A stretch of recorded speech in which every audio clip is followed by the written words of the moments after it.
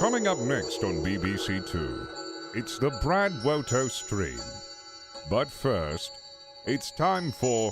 What's under the orange flannel?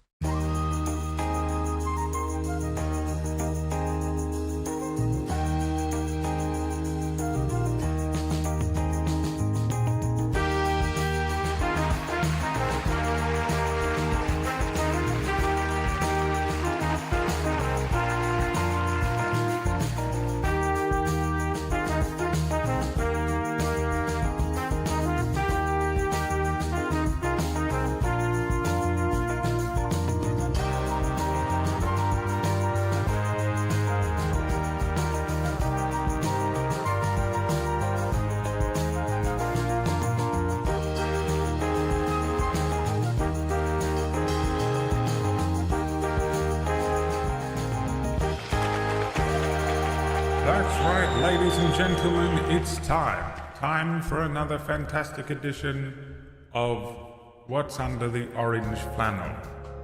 Why does everything sound wrong? Does everything sound wrong to you? Oh, it's this. It's my goddamn headphones. You son of a bitch. Is it this thing? This thing. There it is. Is that it? Yeah.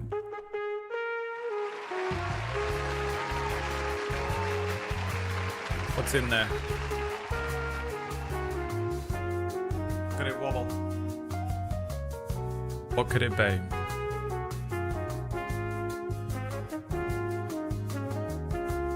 Could it be that Gary's DM has cancelled again? 100% guaranteed win, I can spell. Or is it a pack of Rolos? Marker? A stick of jerky because I live in the USA. Thank you, Chad O'Knight. A turkey Twizzler. Paintbrush for Warhammer minis. Chipsticks. Or as it should be called, a pepperami. Get your names right, Toodle. It's not called a stick of jerky in this country. It's called a pepperami. You goddamn disgrace. It's me, Drezina, by the way, that you called a flathead back in the day. Okay. Just ban evading. What happened here? Did you get banned or something? I don't even know who you are. Ovi Susu and FF Chen providing the sponsorship for this edition of What's Under the Orange Flannel. Thank you for the 2 years, Ovi Susu. Chen, thank you for the 49er. Guys, what's under?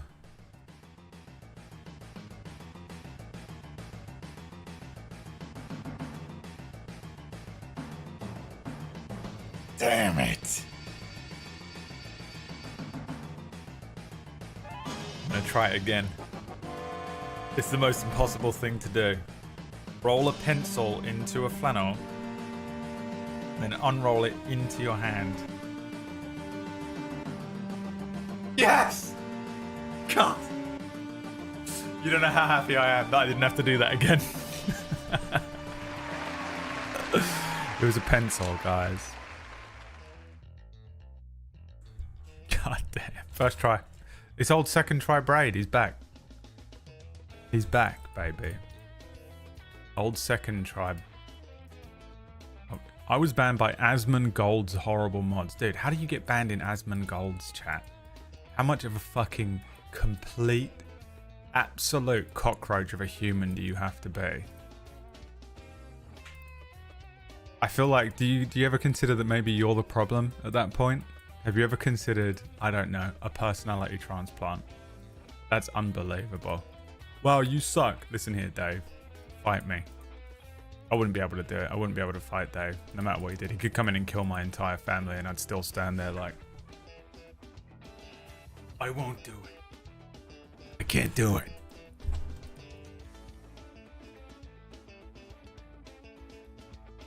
You have to actively try. Yeah, what an asshole. I won't fight my brother. The bit where you're locking on to I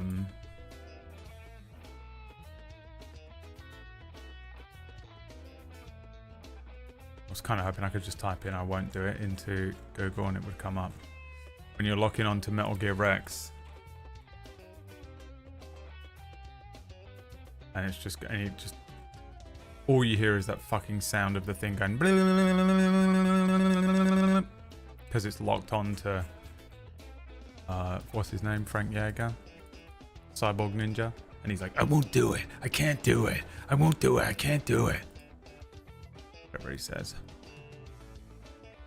Imagine going into that chatting and then chatting to the extent that you get banned for it. You've got to be such a dickhead.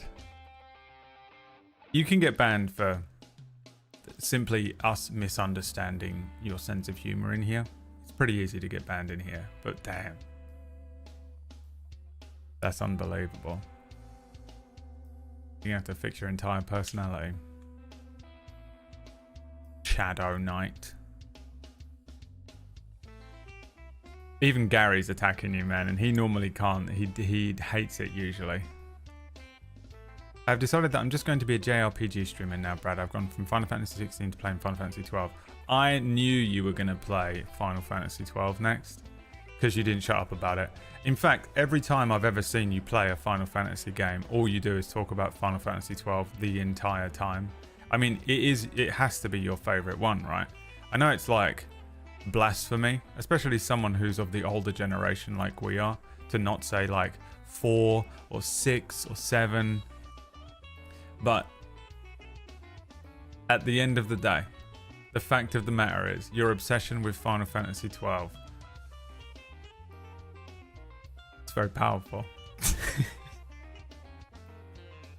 Such a weird one for your favorite to be. Final Fantasy 7 Remake is my favorite, but 12 is a close second. No, you can't pick Remake. It doesn't count. You can't pick it. Which means 12 is number 1. I knew it. It's, you know, that's fine. It's okay. You can have 12 as your favorite. I don't mind. It's all good. We're not friends anymore, but I don't mind at all. I don't mind. Most upset I've ever been with him, yeah. 12 is my favorite purely because it was my first. I mean, that is most people's experience, though. Usually the first one you play is your favorite one. I was never that bad, just piercing the issue, which wasn't always popular to those with power. I'm just a powerless romantic. He has very political sensitive mods. Okay, look, be honest with us. What were you talking about? I don't care about politics, so you can just type whatever it was in here that got them like so upset. And guys, remember, whatever they type in here, times it by about 50 is what they actually did or said that day. But go for it anyway. What did you say? What actually got you in trouble that was so political? I'm curious. You've piqued my interest. Luckily, I don't care about politics. I'm guessing it's probably like American politics as well, so I double don't care. My first Square game was Dragon Quest IX Cursed King. I've never played a Dragon Quest. My first Final Fantasy was 7, and I've been playing Rebirth, and I won't spoil anything, but I just did. There's like, you know when you get to, that's a spoiler, isn't it? There's no way of saying it. What I just did, I just played it for about half an hour, and it was unbelievably good. And I'm kind of not prepared for the stream this morning because I was working on non-canon stuff, and then I was like, I need a break, so I went and sat on my sofa for half an hour and then played that game for half an hour, and then I like the cutscenes ended about 30 seconds before I clicked start stream. I ran over here. Oh, it was so good. It was so far, it was the best bit of the game I've played so far. I made the mistake last night of saving like in an important moment. I kind of thought I was just like wandering around on the world map, and I wasn't. And it was the best bit. Alright, Shadow Knight got banned for saying Elon Musk was talking about people who tell other people to not have children, saying maybe they should just end their own existence instead of telling other people to do it for them. So I commented with kill yourself, banned. What has that got to do with politics? First of all, what has that got to do with politics? Second of all, you deserve to be banned. I completely agree with that. I'm guessing you got banned in here as well. Can we not just look it up, Lux? Drazina? I don't remember you being banned, but I don't know. You're not banned. Yeah, I don't remember you being banned. Yeah, I don't know. It's pretty impressive to get banned in Asmongold's chat, though, isn't it? You did well. You did well. You were always kind to me. I mean, so going to kill me one day. I mean, you know, the most like, don't come to school tomorrow guy in my chat. Couldn't be happier to have you back, Shadow Knight. So great to have you back, everyone. Isn't it great? Really happy to have you back and spending time with us again in the chat room. You know, I feel like you've always been one of those people that's just piercing the issue, you know, and that's never popular with people in power. It's just never popular. You know, you're sort of a rebel, a maverick, you're on the fringes. And I would say, if anything, Drazina, Shadow Knight, you've always been sort of a powerless romantic in my eyes, and I'm really happy to have you back here in the chat room.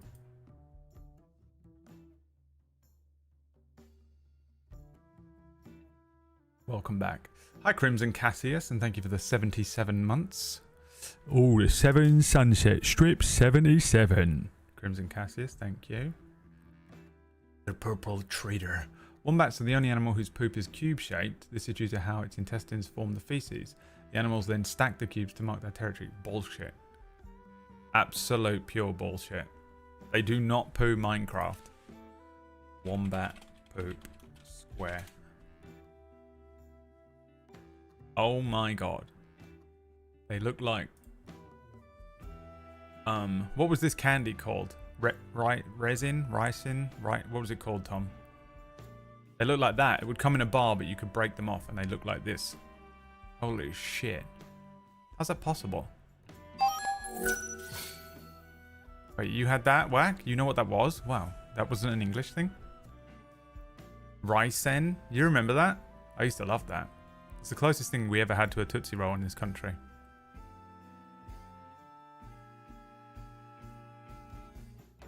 That's nuts.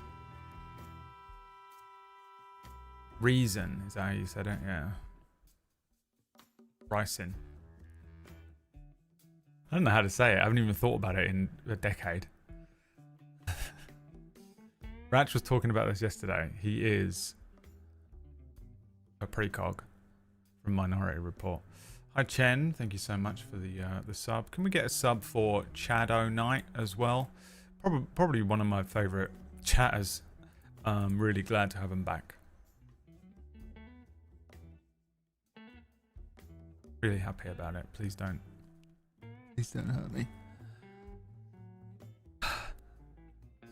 Woke up early this morning, which I'm always so happy to be woken up by something. Kyorki getting in there. I did it. I was the one. I did it. I was the one who gave you the. I was the one who gave you the money. The sub. Shadow Knight, please, Shadow Knight, please don't hurt me. Glitchy Wheel, thank you for the 52-monther.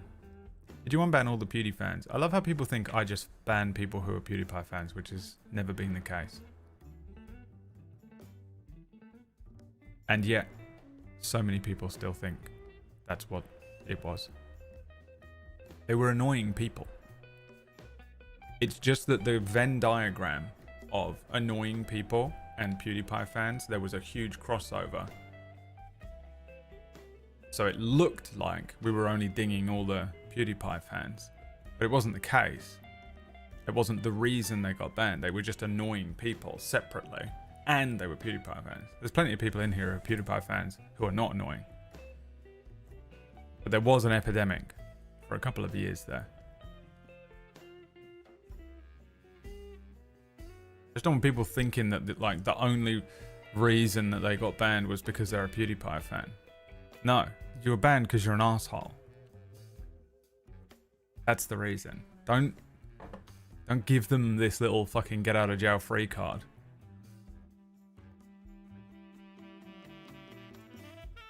People need to learn. Cassius. Come on now.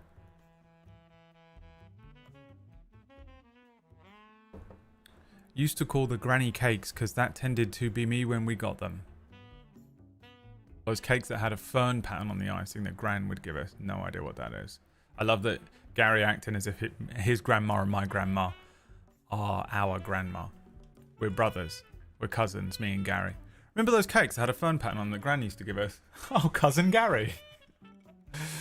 I forgot you were my cousin this whole time. Holy shit. Whoa, whoa. So casual. Said it as if he was my brother. Oh, you remember? In the UK, you have one Gran, like Mother Earth. She just comes down from the heavens. Gran's here. You look up in the sky, like a fucking eidolon. The Queen is everyone's Gran / was. She's dead, mate. She's dead and in the ground. She's in the ground. Where did they bury her? Did they bury her somewhere yet? Is there like a monument to her or anything? Do you get something like that still? Does anyone know? You know who's more likely to know than people from this country? Americans. Americans love our royal family. We fucking hate them. Actually, some people in this country love the royal family, but I don't. I think they're fucking thieves. Thieves and robbers.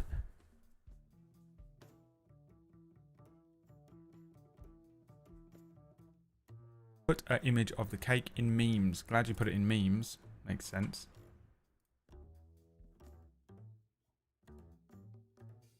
This is what he's talking about. I mean, these just... I literally believe these were just made by your Gran.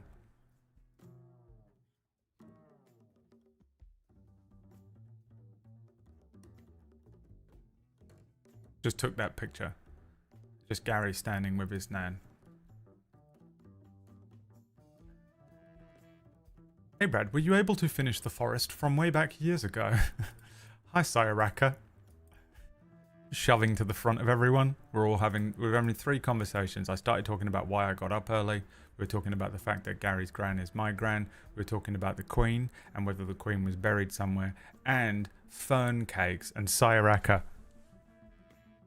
Way, out the bloody way. Brad, hey Brad, did you finish the forest, by the way? So random, so unbelievably random. I don't know. I don't remember. No idea. I have the most vague memory of even playing it. I feel like we played it with maybe Ven and the Fellowship, and then I think I played it with Verts a little bit.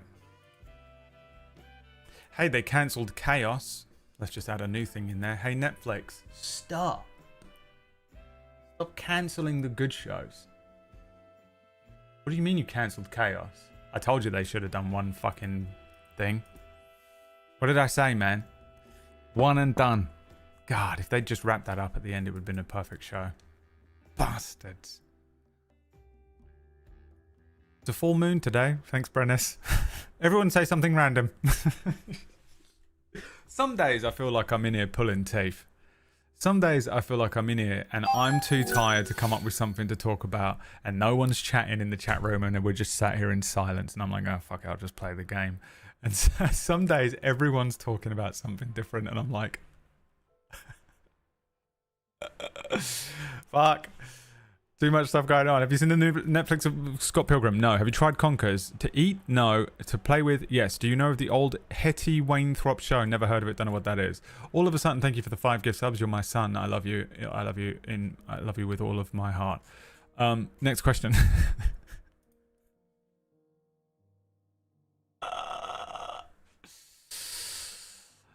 Do you still edit outside of your own content? The worst person on the planet? No.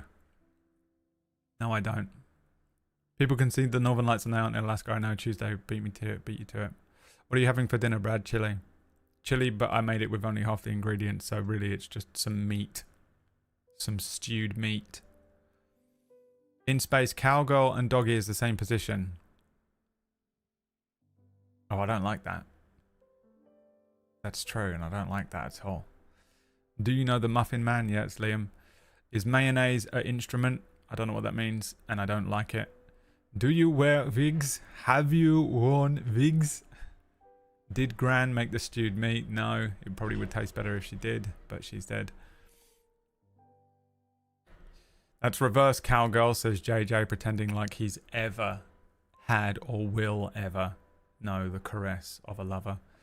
Do you consider Orcish content your own content? Yes, he has to pay me royalties. Are you eating the rug when you run out of chili? I feel like that's a lesbian thing. Isn't that what it's called? Isn't that some sort of like derogatory term? Moving on. SpongeBob meme. Thank you. My chest x-ray came back chronically abnormal. Oh, well, that's just a bomb. Just a bit of health anxiety in the middle of that right there. Centaurs have 2 sets of ribs. Don't like that either. Do you deny beating your wife? No. Why do you think she's not here anymore? Wall rug. What are... Oh, this. We don't talk about this. Can I give you some props? No, because it's going to be like, the best thing you ever edited was for PewDiePie, and the best time in the history of that channel was when you was... Oh, no, I already know what you're going to type. Thank you. I'd rather not. And even if it isn't that, I don't want it. I don't like compliments. Be gone. It's my white gold tapestry. I don't know why I did this. Worm head. Whatever these muscles are called. You like bring them up. Whatever they are. Swimmer muscles. I'm a he. A him. Will Ratch bankrupt everyone for his Warhammer Mini painting round 2? No, he'll bankrupt himself because by the time the bankruptcy kicks in, you will have left him. We all know it. Trapezoids. Have you played the Warhammer 40k Rogue Trader game? No, Wax Steven told me I was too stupid to play it, and I agree with him. You look like Tyler 1 when you raise your shoulders. It's because he is just a set of trapezoids with a face, isn't he? Swimmer muscles, yeah. When are you announcing Rota Season 2? Well, funny you should mention Rota Season 2 because I would highly recommend that you tune in to Table Story over the next 4 to 8 years to find out.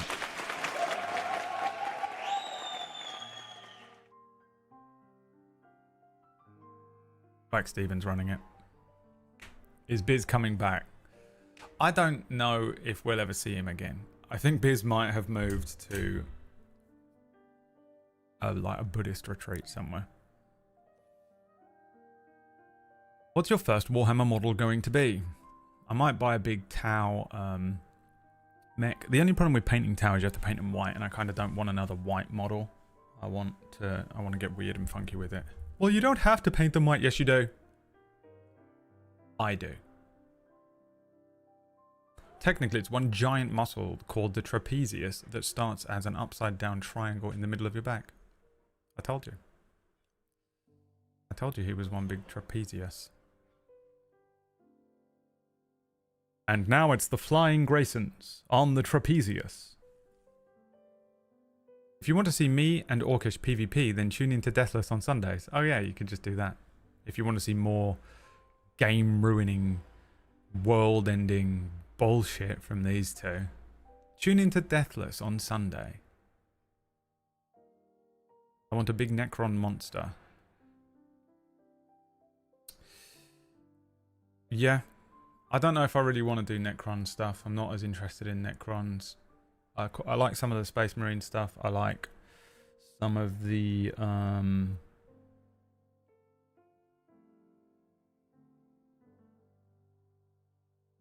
God, what are they called? No, it'll come to me.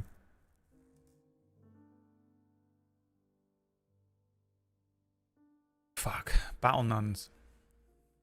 What are the Battle Nuns called? God, that's pissed me off that I don't remember. I hate my brain. Knew it a week ago. Sisters of Battle. I like their stuff. I like the Tau, but I've already said that before. Yeah.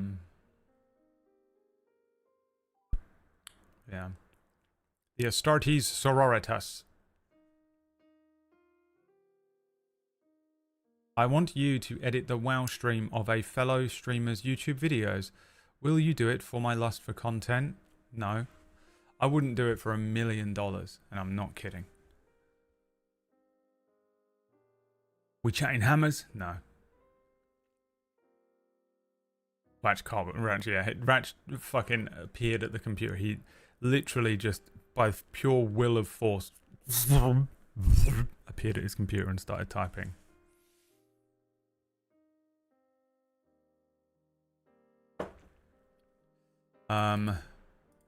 New Table Story show this weekend on Sunday. New Table Story show tonight, the second episode of Non-Canon. I'd highly recommend tuning in. Really, it's episode 1.5. Really, tonight is just the second part of the first episode. But we can't do that with the titling, so...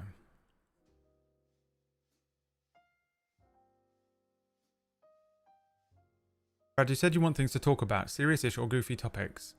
Okay. What? I don't want topics to talk about, really. There's too many. Everyone's talking about something different. I have things that I can talk about today, and I haven't even got to it. Normally, I just talk about what happened to me this morning, and it's extremely boring, but you're actually asking me questions and being engaging in the chat, and I don't trust it. Because normally I'm just stuck here pulling teeth until something happens. I heard of a meme Warhammer faction called the Angry Marines that are just the Florida man in Space Marines of the Space Marines. That just sounds like all of them. That sounds like every character in the entire game.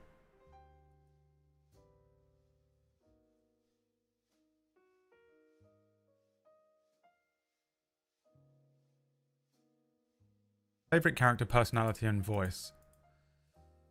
My favorite character's personality and voice, but you must favorite character, but it has to be based on their personality and voice.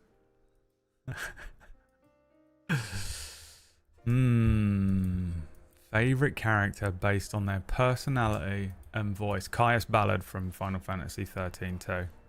Thank you, Liam O'Brien. And all of his motivation in that game. He should have been the main villain in all 3 games. Would have been so much better. Fuck off that Barthandelus shit or whatever the fuck was going on with Orphan in Final Fantasy 13. Long that all off. Bring in Caius Ballard. Start fucking with the timeline. Let's go, dude. It was so good. What was the last book you read? It's called something like A Taste of Blood or something. I'll probably find out because I got it here.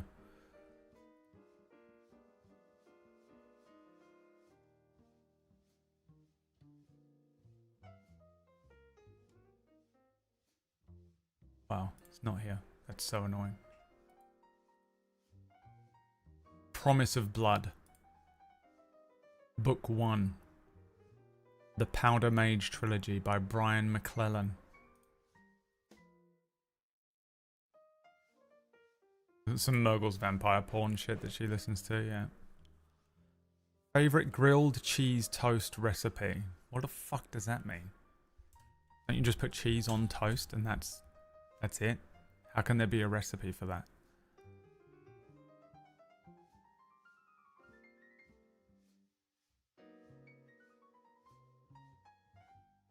Pulling teeth, you say? Gee, sorry, well, fuck off then. Well, you're not here. That's the point that I'm making. What do you think your D&D class would be?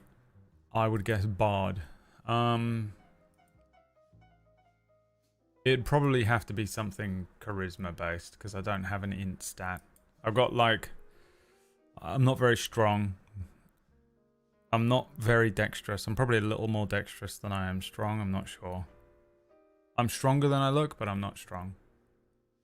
And I'm not that dexterous, really. I have a suspiciously high con score, but mentally, that I manually keep that con score lower. Like, actually, I have a really good immune system, and I don't get sick that often. But because I'm a hypochondriac, my con score is a 4. My int score is a 4. My whiz score is probably quite high, because I've lived a long and varied life. I've done lots of different things, and I've learned a lot of things on the streets. And my charisma score is probably quite high. So it'd have to... What's a whiz charisma based class? I finished Prince of Thorns on your recommendation. The whole thing? The trilogy or the first one? That book is amazing, Glitchy. The revelation, when you're like halfway through it, when you realise what the setting is my favourite thing. Without spoiling. Monk Druid. I'm not very nature-based. I'm a city boy. I'm from Midgar. It'd have to be a monk, wouldn't it?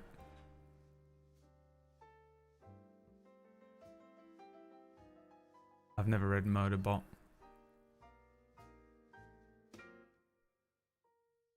You haven't been absent from class because these mid shifts at work. Like midday shifts.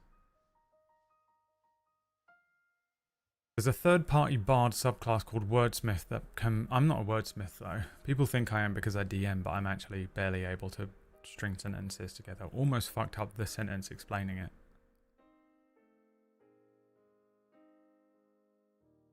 Did we do it? Did we get through all the questions?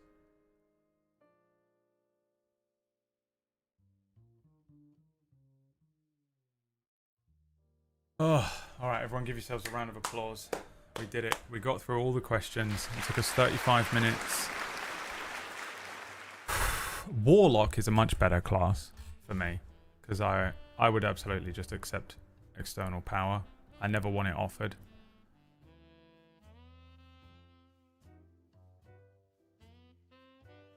But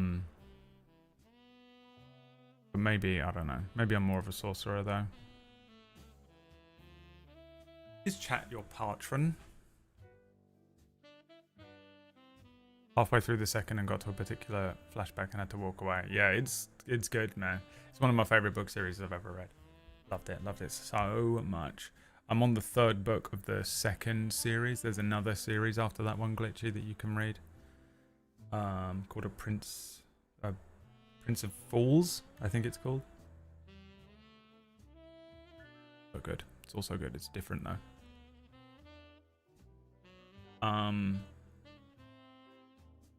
I woke up early this morning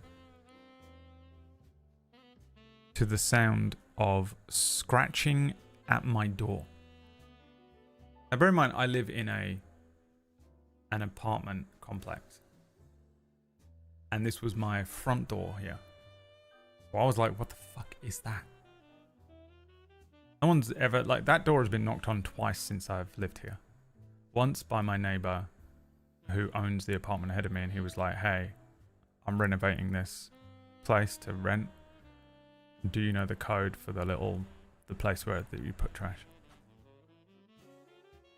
And the second time was when a guy came in to install a thing. Right? Apart from a couple of times when people have been to deliver things. So I'm like, what the fuck is going on? I get up and someone has pushed a piece of paper under my door.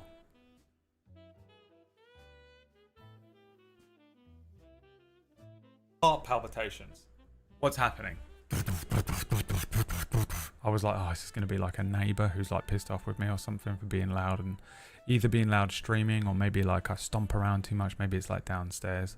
This is going to be some sort of Karen interaction, which is going to make my life living here a nightmare. It's my like worst nightmare because it makes I live comfortably in this apartment building right now because I've not had any weird run-ins.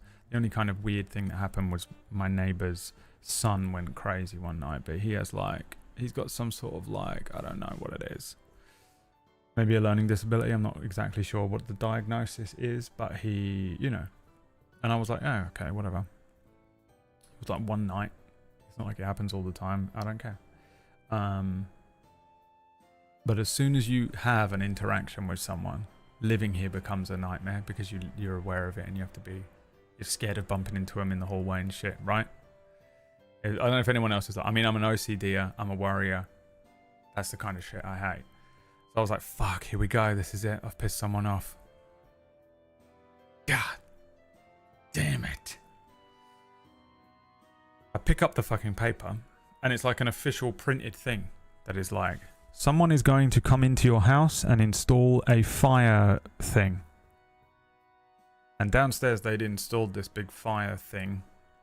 And they're installing a fire thing.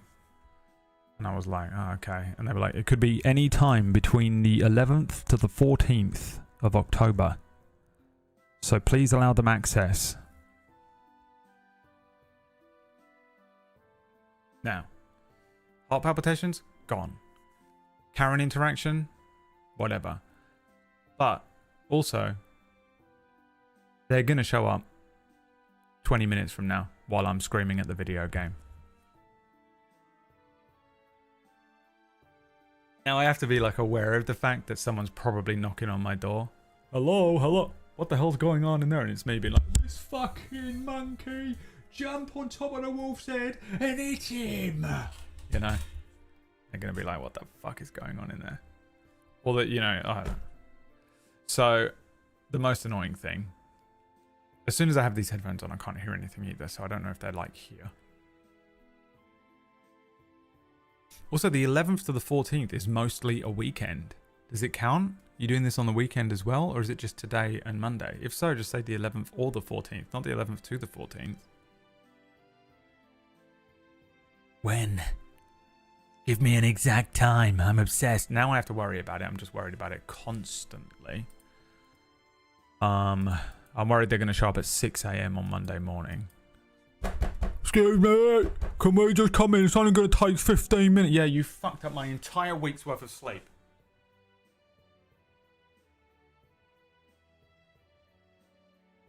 The worst. The hot woman next door looking for that ass. Oh man, I wish, dude. How would you say your mental focus is? Terrible. Yeah, it'd be nice if it... That'd be nice.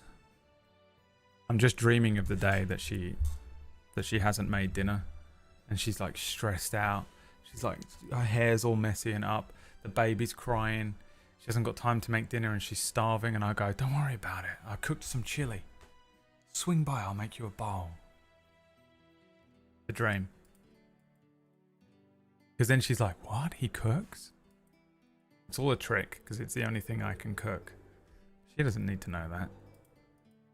Because once she's tricked, once she's gaslit, once she's in, bam! She's making dinner. And I'm paying for it. I cooked some stewed meat 3 days ago. She doesn't need to know that part. She thinks I'm just going to whip up some fucking delicious chili out of nowhere. She'll be like, why doesn't it taste of anything? And I'll be like, oh, because I can't taste things, so I don't need to do... It doesn't need seasoning. It's just wet meat. Which is what you're going to have if you keep posting letters under my door.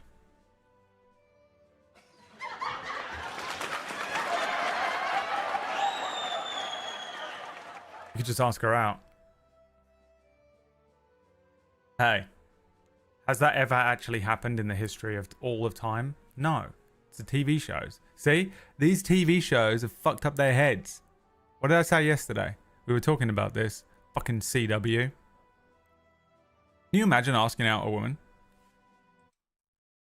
Hi, excuse me. Pepper sprayed. Great. Fuck. Jesus Christ. Oh, fuck. Hey, do you... I have a boyfriend. Oh, fucking... God damn it. You know?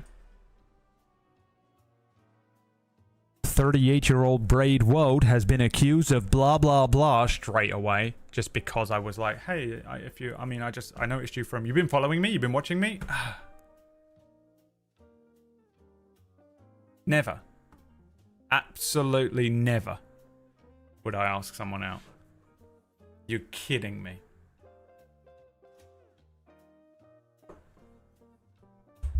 No way. The risk is not worth it. If you can make dinner for a hot woman, you can fix an engine in a battleship. Sign up. Royal Navy. I'm in the Royal Navy. Them adverts that are on.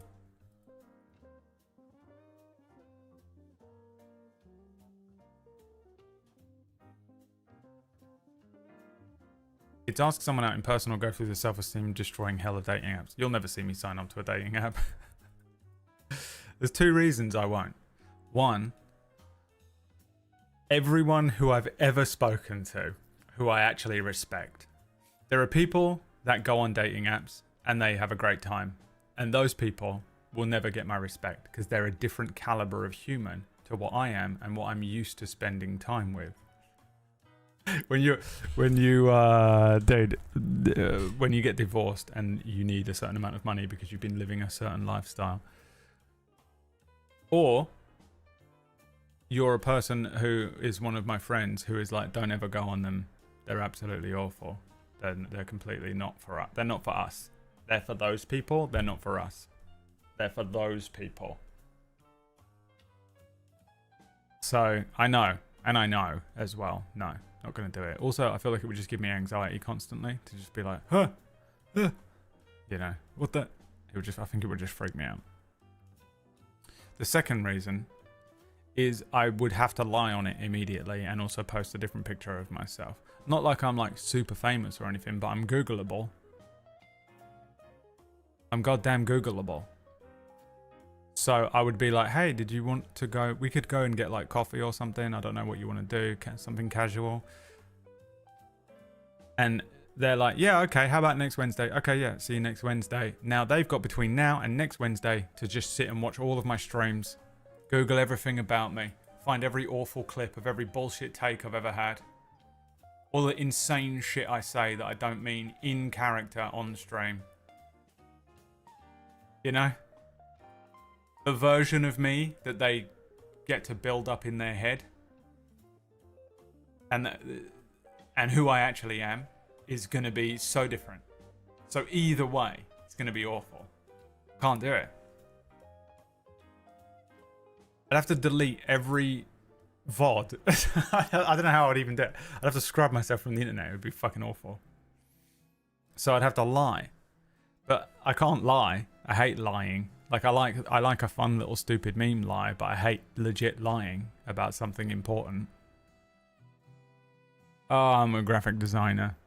I'm not. I lied. Why would I lie to you know? And now I've started off the entire relationship with a lie.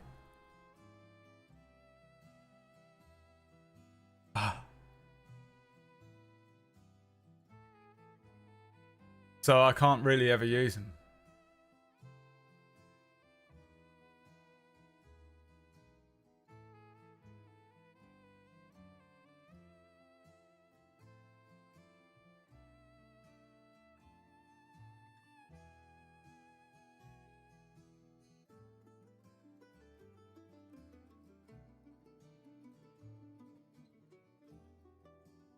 My mum is messaging me and she went, have you watched Mendes Bros Brad? I said, never heard of it, don't know what that is. And then she said, it's the riveting true crime drama that probes the lives of the Mendes brothers. Now I'm guessing, I don't need any more information, that is like a documentary about murderers. Nope, I'll never sleep again. Nope, not watching that. Not watching that. Oh, you know what else happened today? I went outside. I took my bin, took the trash out, and I went downstairs, and there was a fucking enormous police van parked right outside the building door, which, by the way, is insane. I don't know why they decided to block. Like they're pulled up on the path right in front of the building, and the building door is basically blocked. So I opened it with a trash bag and was like, what the fuck is going on? There's a forensics van over there, 2 police cars down there, police everywhere. And I went and threw my trash out. And as I was walking back, a bunch of policemen appeared. They quite literally, and I'm not kidding, teleported. It was the weirdest feeling. Like there wasn't any around. They were like not around my building. They were just around. And then I literally went into the trash thing, threw the trash in, turned around, and they were all in front of my building. Like they were waiting for me. Thought it was about me. And I was like, oh, fuck me. Has someone been killed in my building? This is gonna... I'm never sleeping again. If someone's been murdered in my building... What was I saying the other day about the fucking... The guy that leaves the fucking door open downstairs? There's a guy that just leaves the building door open, I think, because he constantly goes out and smokes cigarettes. I went down, and as I walked past the police, I was like, oh, do you mind if I... They'd already moved out of my way, but I was trying to engage them in conversation. And they went, yeah, no problem. And I went, there's not a dead body in there, is there? And I was genuinely asking, but I was pretending like I was making a joke, but I was actually checking for my anxiety. And they were like, no. In there is. And they pointed at the building across the street from me. Someone was murdered in my block. That counts. Someone died last night, dude. Someone got straight up murdered. Now there is it's like a different building. My little area is like this little, I don't know, like a crescent of buildings. There's like 5 of them. And then there's like in these buildings that I'm in are okay, but there is one that is just absolutely like the most ghetto block. Like across from me, there's a building that's not actually part of my building's area that is like just an absolute nightmare building. They're always like having parties and shit. You know, you can just tell. Everyone in there is the worst. Someone in there got fucked up. I don't know if he was joking or not though. I feel like they were like laughing and having a great time, but cops see crazy shit all day, don't they? So it's like nothing to them. But I don't know if he was joking or not. I just laughed and was like, ha ha ha. Time to leave. Liam's so desperate for me to leave. I've only just moved here and he's like, you should move out. And I'm like, okay, yeah. Oh God. It didn't cost me anything to move here. I can definitely afford to move out again. Sure. I can do that whenever. Meanwhile, I'm still just desperately trying to... I'm still on meds. I'm still on heart medication. And all my friends are like, you should do this, Brad. You should run a new table story show, Brad. We should go and do this in London all the time, Brad. We should go and paint these things, Brad. And we should do this thing, Brad. And I'm like, I should be in hospital. I should be in fucking hospital. This is a miracle that I'm doing a stream right now. Relax, Liam.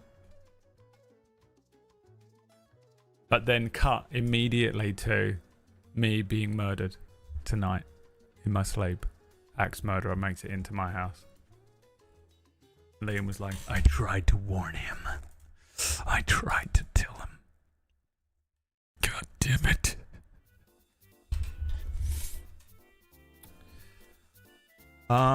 It's really annoying because the thing with being really unwell is that you are stuck. You stop, you become stunned, and you're just stuck now, waiting to be better again.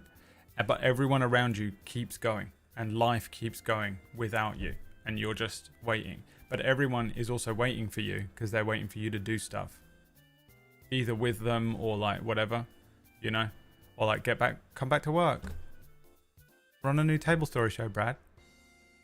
And I'm like, I guess I'm not ready to, but I have to because they are carrying on. In their lives, they didn't stop for 4 months. They just carried on. And they can't comprehend that I'm still unwell 4 months later. Because it's been 4 fucking months. So I just have to carry on and do things when really I need to just sit down. Desperate to just sit down.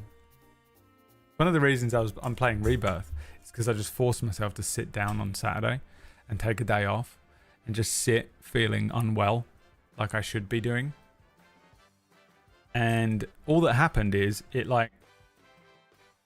massively made me behind on this week's work. So I took Saturday off and had a nice relaxing day on Saturday, but I've had to work so hard all week in the mornings setting up Cura and non-canon and some other shit.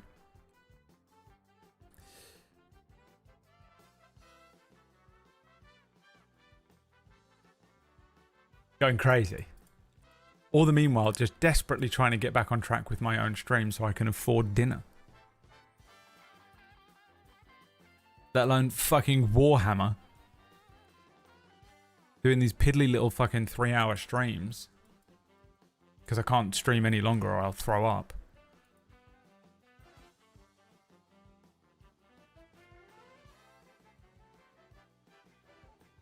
And Liam wants me to fucking move. Dude, Liam wants me to move house. Just bear in mind, Liam made me move here.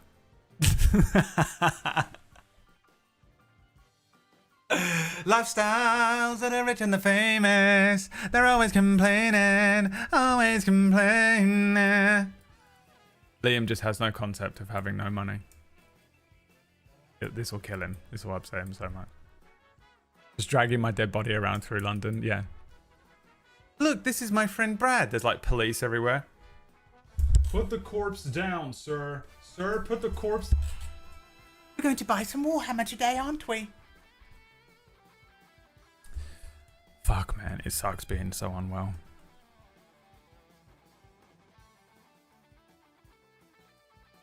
I'm downing the dosage again tomorrow. The dosage goes down tomorrow. And next week is going to be real.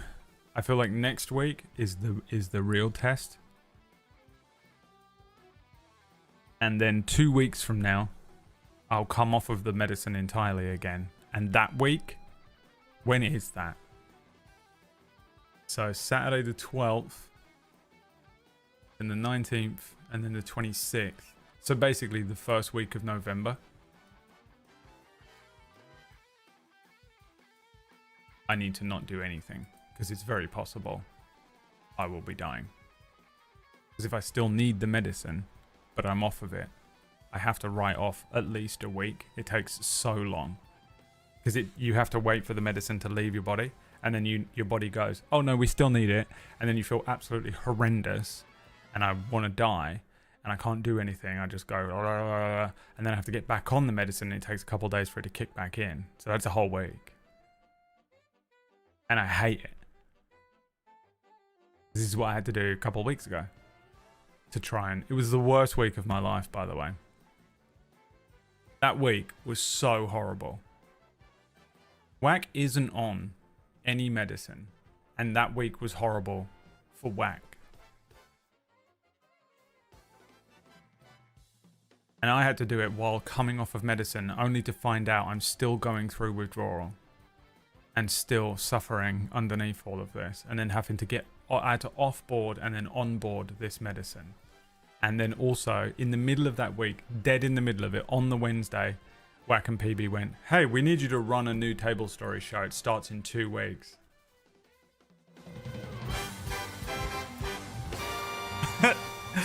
Dude, it was the worst week of my life. I was struggling so much. We had so much shit going on Table Story that week. It was horrific. I spent the whole week just a nervous shitting wreck. That week was so... Even Whack, who wasn't on medicine, who wasn't going through a withdrawal process, who hasn't been more ill than he's ever been ill in his entire life, was like, fuck this week. Dude, it sucked so bad. It's caused all of us permanent damage. It sucked so badly. I had so much to do that week. And then the week after, I was like, okay, I'm kind of back on the medicine and I feel a bit more regulated again. But then I went straight into like pre-production for a show. And it hasn't stopped. I didn't get a day off. I didn't get an hour off until last Saturday. And I took the whole day off and learned that I'm not allowed to take days off. Fuck, man. I used to tank... This would have been nothing as well. A couple of years ago, I would have tanked this like nothing. Wouldn't have even noticed it. I can't do it anymore. But I also think because I'm still kind of fucked up and I'm on this medicine just will fucking put you on your way. You just feel kind of gassed out all the time. That's what it does.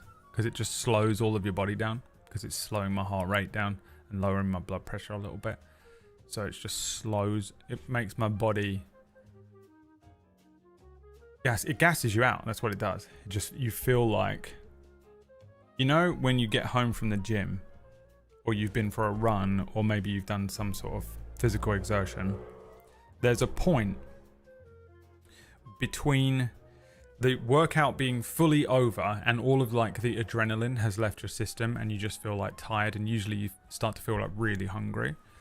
There's that point, and then your body feels kind of hollow, and you like sit down for the first time or whatever, and it takes maybe 20 minutes, half an hour before you feel a bit normal again. That's what it feels like being like that all day. I love it. I love it so much. And Liam wants me to move house. Liam's like, you want to move across the country? Liam, I know for a fact you can't afford to move house, so shut the fuck up. Hashtag Liam wants me to move house. Alright, let's play an hour of Wukong. 2 hours? I don't know how to count. Do you reckon the intro video will play today?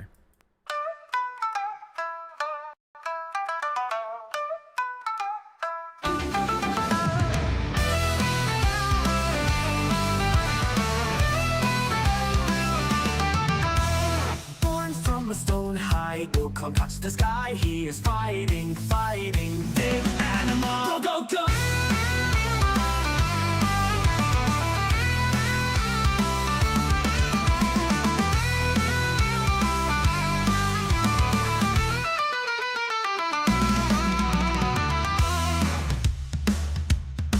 Go, go, go! Monkey with the stick, causing such a ruckus, jumping through the heavens, making gods piss and us. Go, go, go! Monkey with the stick, never gonna bow and boot the toe. Yeah! Cold skies, Wukong never dies. His legend's so thick, always go now. Monkey with the stick.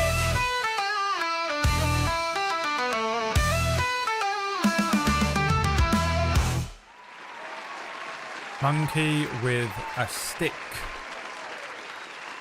I think aptly sums up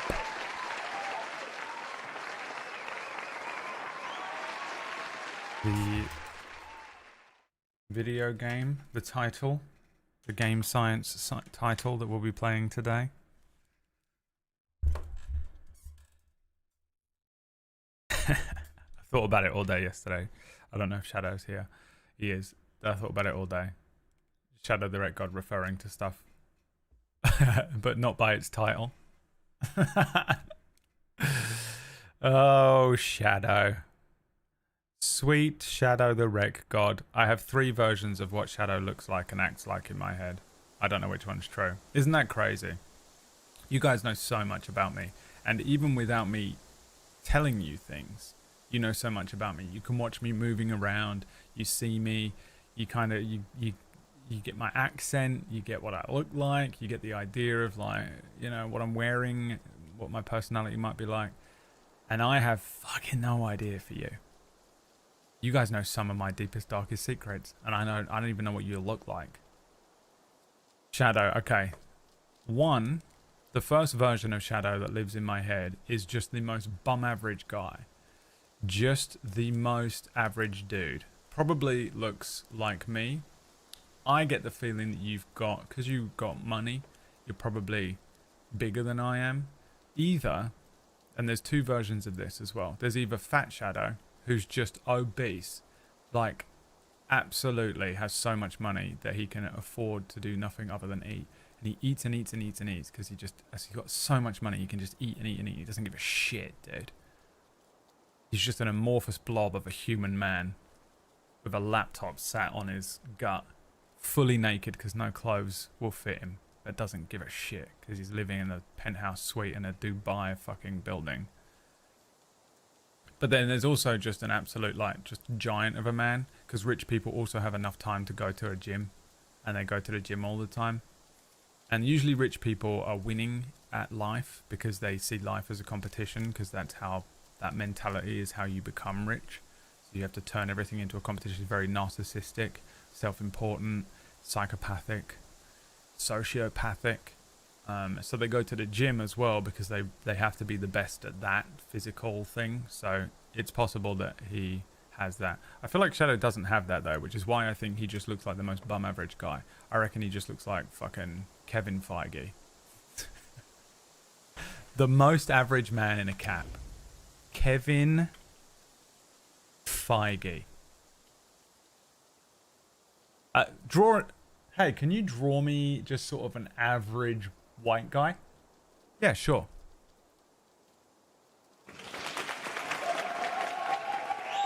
It's just Kevin Feige. But a little younger because Shadow's about the same age as me. And he just works some sort of engineering job. I don't know where he gets his money from, but it has to be something like that for him to act. Because the thing is, Shadow has a personality. So he's not... Shadow doesn't come across to me as particularly like, I don't know, engineer. He doesn't come across like he's got that kind of IT, works in IT money. But he might do. But he also doesn't come across as a complete sociopath, like oil baron type money. So it's really hard for me to sort of pinpoint him, because then it's like, well, how do you have so much money? You got a rich wife, maybe? If you've got a rich, sexy wife, what are you doing on Twitch, hanging out all day? I don't trust it. Which means he must do some sort of like IT job from home that pays a lot of money. Fucking Christ. Secondarily, his name is Shadow, the Wreck God, which means he's such a loser, dude. Like, he's named after Shadow the Hedgehog, but is like the most like Warhammer player name. Shadow the Wreck God is just so the most 90s handle. Little watches Sonic the Hedgehog, plays Warhammer, and just came into money through an inheritance or something, which honestly makes so much more sense to me. Like, he found all this money in some sort of inheritance that came down. He had some sort of rich nan. His grandma died. Shadow's got no fucking siblings, so he just got all this fucking inheritance money. So he just sits at home eating Wotsits and playing Warhammer. Like, I don't know, dude. It's something like that.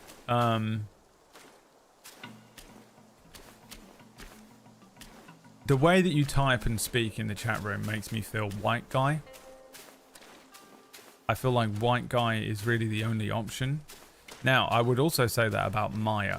So I've been wrong in the past, but you've seemed to me like you feel like a white guy to me.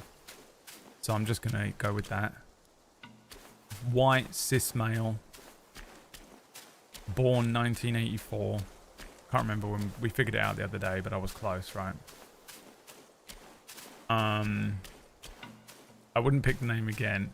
It was a knee-jerk reaction to not find a simple version of Shadow and refusing to be Shadow 3476. That's hilarious. Wait, Maya isn't white? Oh, Maya is definitely white.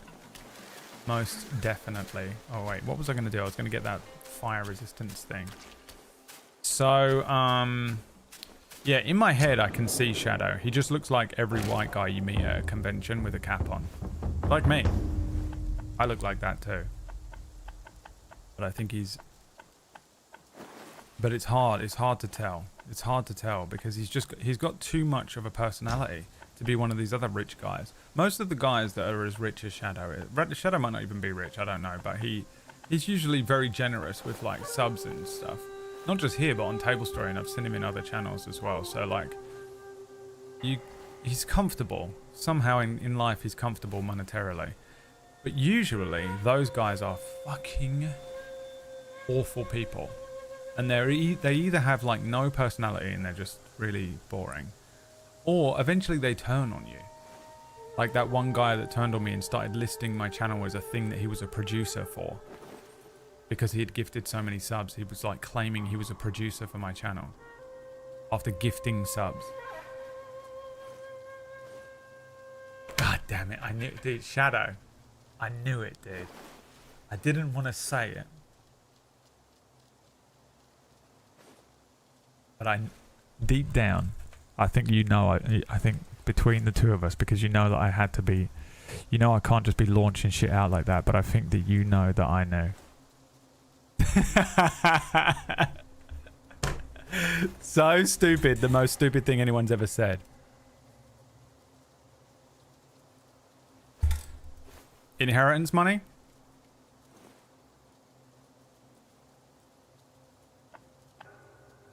Because the thing is, he said I was raised white, which means it's got to be white mum, dead dad. White mum, dead dad. Change your name to that. Dude, what a fucking album title. White mum, dead dad. Just job consistency. Are you married? You must be in a long-term relationship. You got to have that two-person income. Is that what it is? The magical two-person income? I'm so sick of people who have two-person income. Single. Dude, how are you doing this? You share a house with someone? You want to move in with me? What's this person saying? Hey Brad, just came back from watching a bunch of Pewd's old videos. Do you mind answering what happened to Neclo? I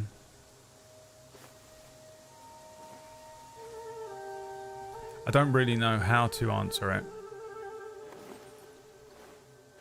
But we just didn't do it anymore. That's the only answer I can legally give you. It's not true. It's not a legal issue. It's the only issue shut the fuck up. It just didn't happen. I'm not digging up that grave.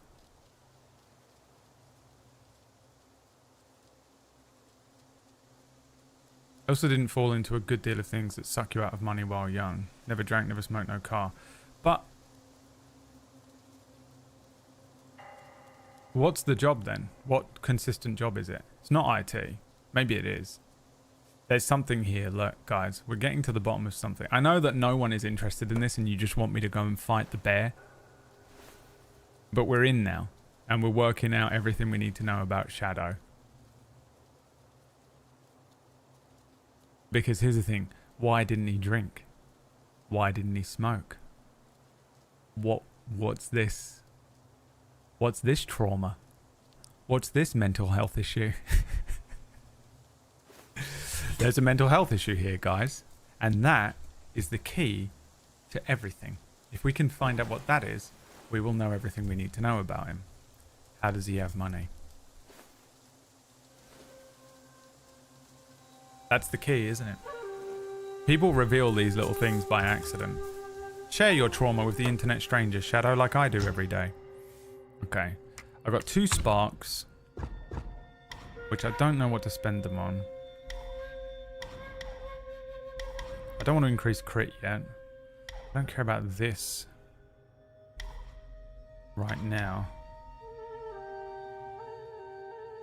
6 successful hits with the first 4 moves of the light effect deals. Okay, we'll take that. I can't have this. That costs 2. Fuck. Alright. I'll take it. Okay, now it also said that I can craft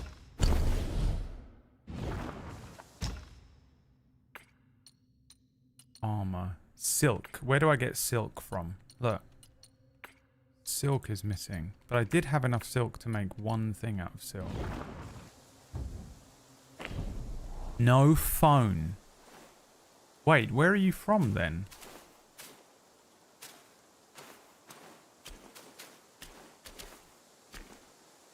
That's not right. Can't live without a phone unless you're living in Kamchatka.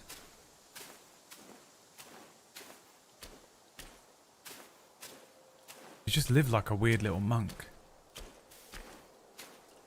He just lived like a weird little monk, just living, saving his money to just fucking spend on stupid shit like spinning a wheel. Shadow the Wreck Monk. Horrible. It's so hard to say. Where do I get silk from, chat? I do meanwhile have one, but it's more of an emergency thing and for those 2-step hacks and stuff. What is he hiding? You in witness protection? There's something, dude. There's such a significant piece of this puzzle where he has some sort of weird trauma, you know? What's he hiding from? What's going on? It reminds me of that ex-girlfriend I had who wouldn't tell me her real name. We were in a relationship and she wouldn't tell me her real name. And I was like, why? And it was something to do with her mum. And I was like, I think they're in witness protection from like their dad. Because the dad was never around. And she was just so afraid to tell me anything. She was like, doesn't matter, just call me this. And I was like, we've been together for 2 months. What's your name? They wouldn't tell me her real name. Didn't know. And it was like, it was fucking crazy. They were like, they had to be really secretive about something. I'm protecting me from myself. I'd be phone zombie in no time. Okay, so he is a psychopath. Okay, we've got it. He is there. He is one of those guys who is just in competition with the rest of the world. And money and numbers and stuff matter. All right, okay, to them. Got it. We're getting there, guys. We're piecing it together. Where is this? This wasn't here before. Am I crazy? This was a doorway. Am I nuts?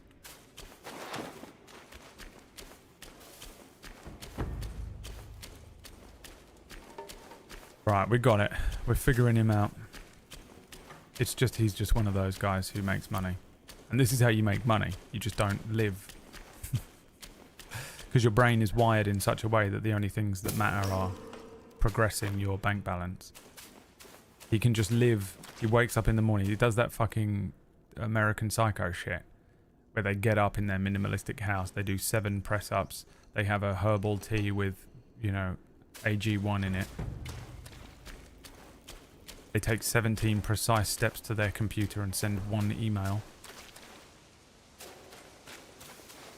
And then he goes and does a face mask. You know? You know that American Psycho thing? Where his routine. It's real. They're real. They're everywhere. In fact, they rule the world.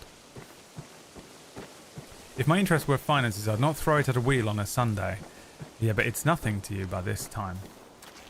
That's nothing to you because you're a multi-billionaire. It's hilarious, the idea that like $5 is going to make a dent. It's the only answer. I do an average job. I just can't. He's just in. So he just lives the way that I live now out of necessity. I live off of dog food. I basically make dog food. Now you might be going, oh, it's not dog food though, is it, Brad? And then, but me and Liam had this conversation the other day where he was making like a raw diet for his dog, and he made up the dinner for his dog for that week, and then he made his own dinner, and he looked at the 2 things and they're exactly the same. It's the same ingredients and they look the same, like a chili type thing that he lives off of for the whole week. And we were like, we realized that we live on dog food. We make a batch of dog food and then stick it in little containers and eat it throughout the week. But we do it out of necessity because we're poor.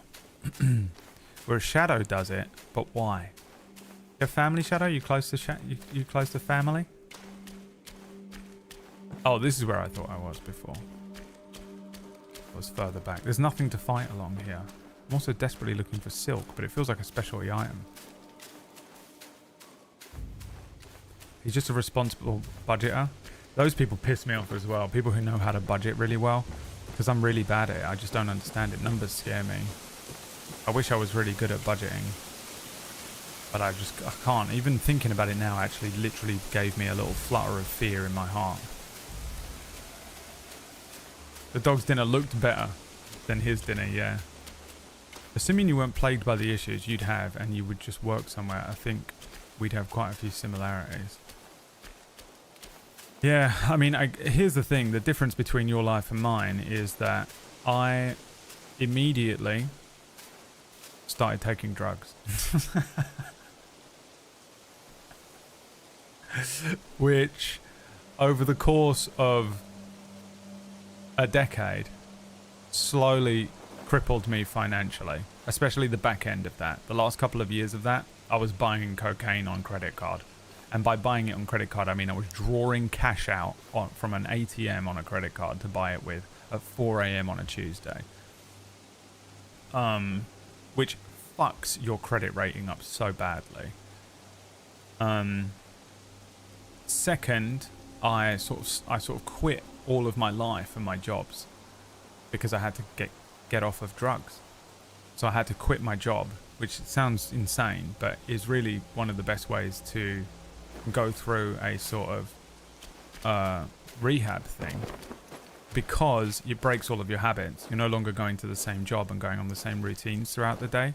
And if anyone who's ever had any habits, that anything, could be smoking cigarettes, breaking the habit is, I would say, probably more than 50% of the process. And so I quit my job and everything like that, and then that reset my entire life. And then I did YouTube for a long time, and you really don't make any money doing something like that. I did YouTube for 4 years, making pittance. Did we even make any money, Liam? I don't know. We didn't make it, you know, maybe a few pennies here and there.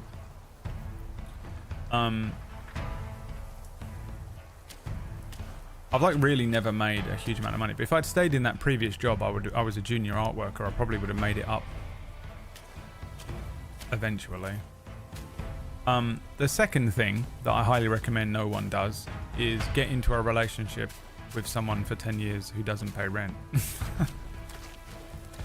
and what you want to do is you want to get into a relationship with someone and have a second income if you're going to be in that relationship for that long, if you're going to be building a life together. What you want to do is you want them to also be adding to the savings, because otherwise, when they fucking leave, right, you have no savings, which you should have had, because there should have been 2 incomes. So now you just have no savings, but you're on your own and still paying the same amount out.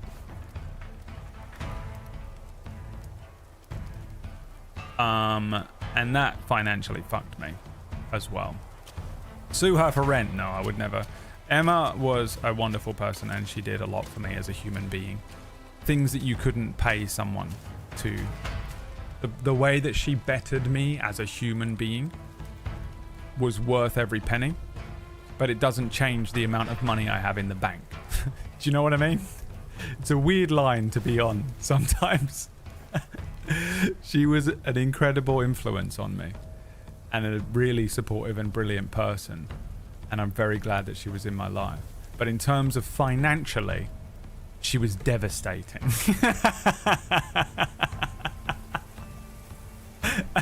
Dude.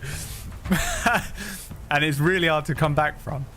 I really would love to be in a relationship with someone who provided a second income from now on, because I realize now how important that is to build through your late 20s and early 30s, to be building a stable financial foundation. And I just don't have that. So you're probably right, Shadow. We probably are extremely similar, but you just lived like a monk, whereas I lived in the whatever the opposite of a monk is, a fucking psychotic drug addict. Coming for our master. Thank you. I've forgotten all the controls. Master must know of this. Forgotten all the controls. I'm fucked. Oh my god. If you let them hit you the first time, it is the most devastating thing. You know what? I'm going back to this shrine, I'll redo it. I'll come live with you. I won't. Alright, well, thanks for getting my hopes up. It is also much worse for single people now than it was 10 years ago as well, yeah. It's pretty frightening how bad the economy has gotten. Ah.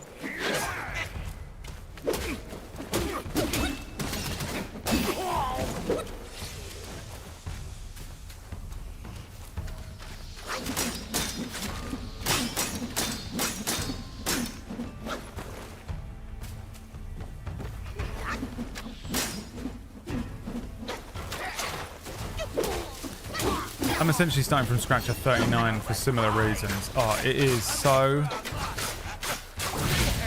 God, this is so annoying. It is such a weird... place to be in. Because you feel a bit like you're 21 again, but you have none of the benefits of being 21. I remember being 21 and like moving out. You know, I was like 19, 20 when I first moved out, and you're like free and you have no responsibilities and, you know, all this stuff. But at 21, you have like your whole life ahead of you. And you've got time to make mistakes. Whereas if I make some pretty devastating mistakes now, I might not recover from it in time. I'm old, my body's battered. When you're 21, like, dude, I was fucking strutting around. I just had my dick out all the time. Just swinging around. It was latching onto shit. Like a fucking... Like, look at his tail. That was what my dick was like, walking around. Now I'm like old and knackered. I'm like, why doesn't my penis work? Where am I?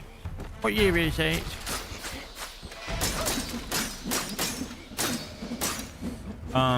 But you just can't fuck around like you used to be able to, and you're already in it.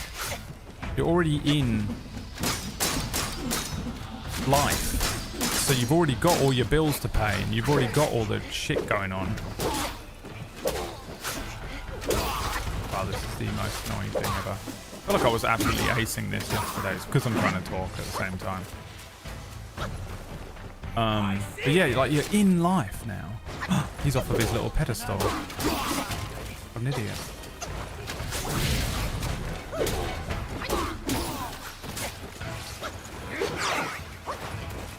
First, I'm gonna go and kill this guy. What should I do now?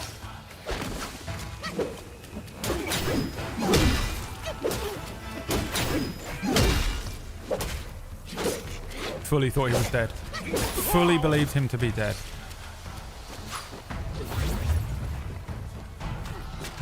In turn, you probably had quite a spectrum of interesting things happen to you, but you had nothing happen in your life. Yeah, I mean, it's like I said earlier on, I've lived like a crazy life, really. I've done so much stuff. I've been to so many places. I've met so many different types of people. I've had so many different types of experiences.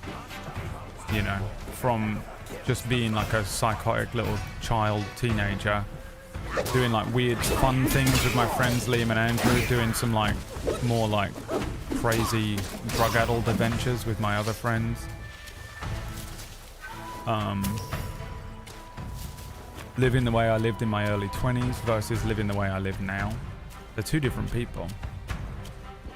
I've had a huge wealth of experience. It feels like I've lived multiple lives rather than one complete life.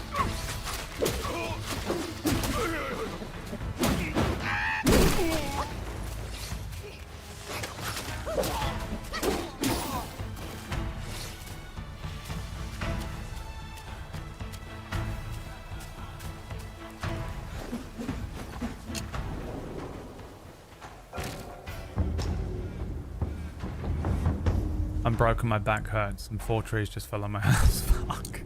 Where are you? In Florida? I mean, yeah, that's the thing. And you're in it now. And you sort of can't afford to fuck it up. I remember being like 20 and being nervous about like, ooh, like, what if I get into a relationship and, you know, it doesn't work out? Now I'm like, if I get into a relationship and it doesn't work out, I'm fucked. It feels so much like there's so much more pressure around it being like correct and like whatever. Because it's like, if I do another 10 years and I'm out of it, and it, you know, this other relationship, this new relationship I'm in ends in 10 years, I'm going to be pushing 49. I'm going to be fucked by that. I'm going to be knackered, dude. I feel knackered as fuck now. And I am 38. I can't imagine what it's going to feel like in 10 years. The difference between how my body feels at like 28 versus 38 is frightening.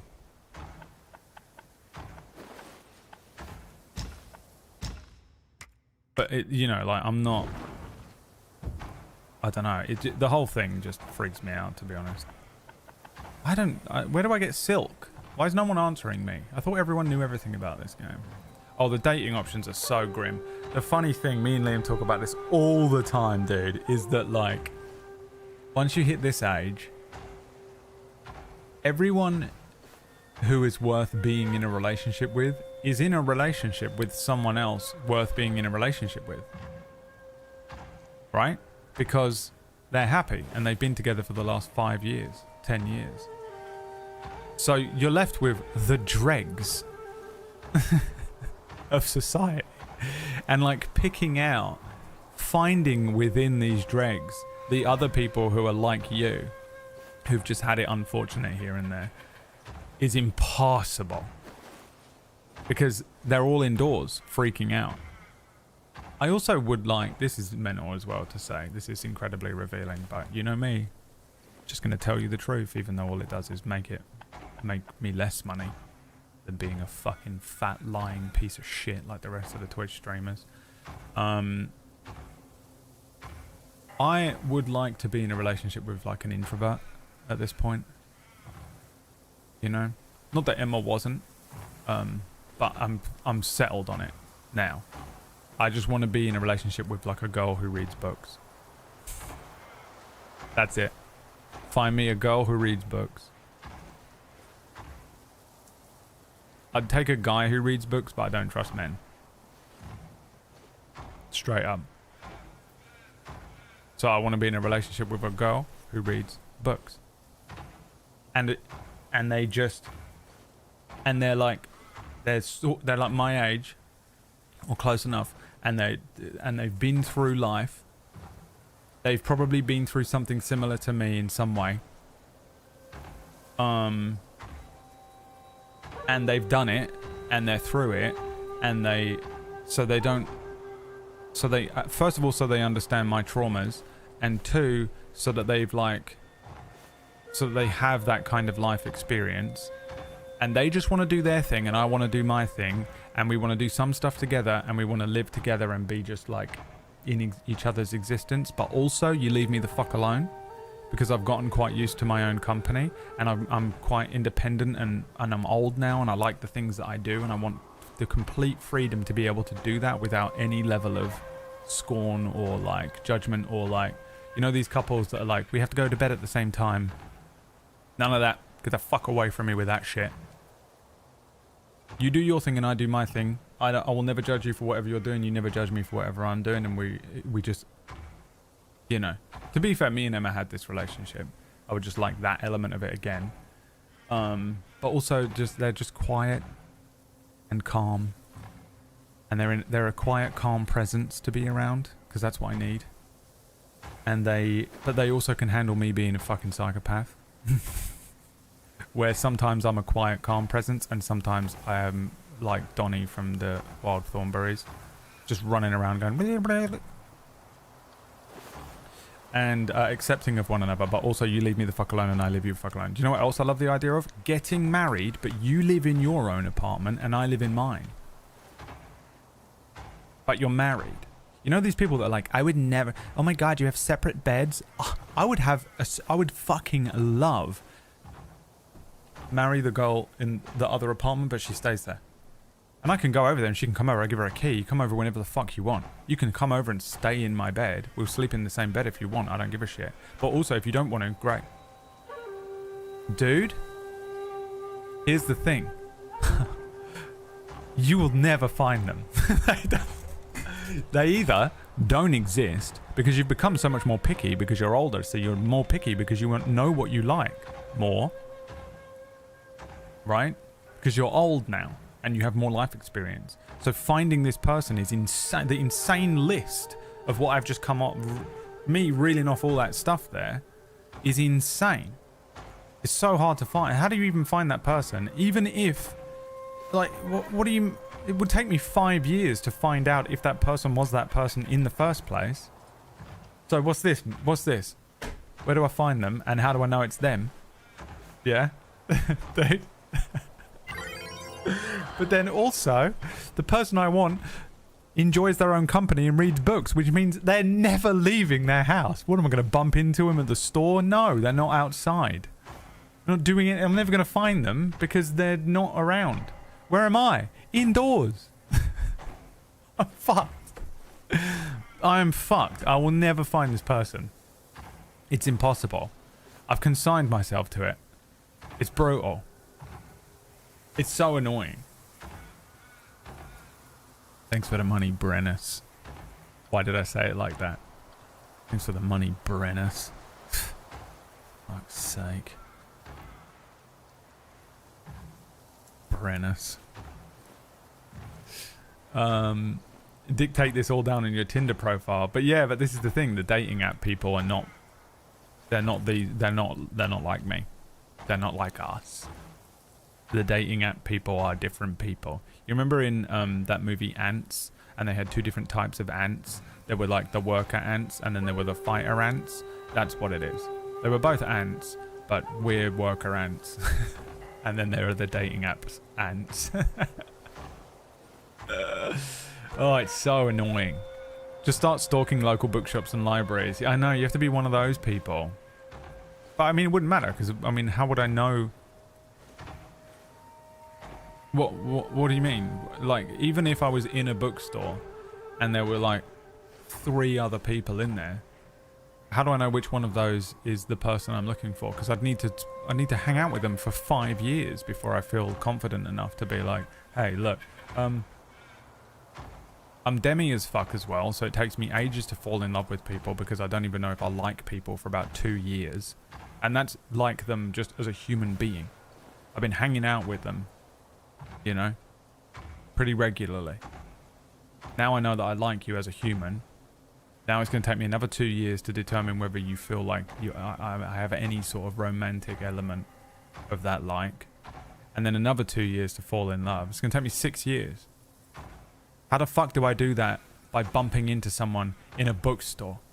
I'm fucked. It's so annoying. I need a do-over. I need to go back in time and have a do-over of life. A time machine is the only way to fix this situation. I'll be so old by the time I figure any of this out that it won't be worth it.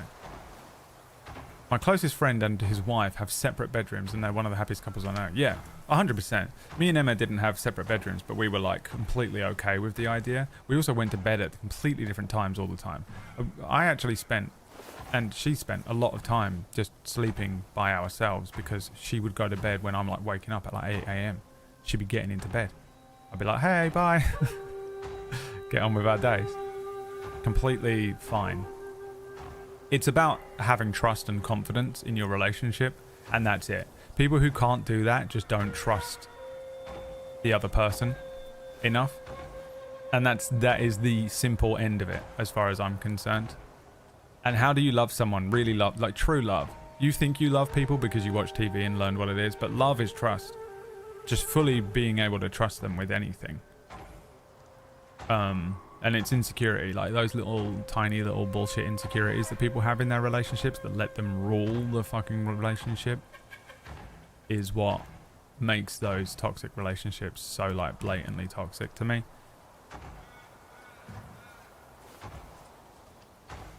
Do you still talk to Felix, Mr. Brad? No. Brad's going to start using Netflix's You as a how-to guide. That's the stalker one. I mean, that's what Annie wants me to do. I would never do it.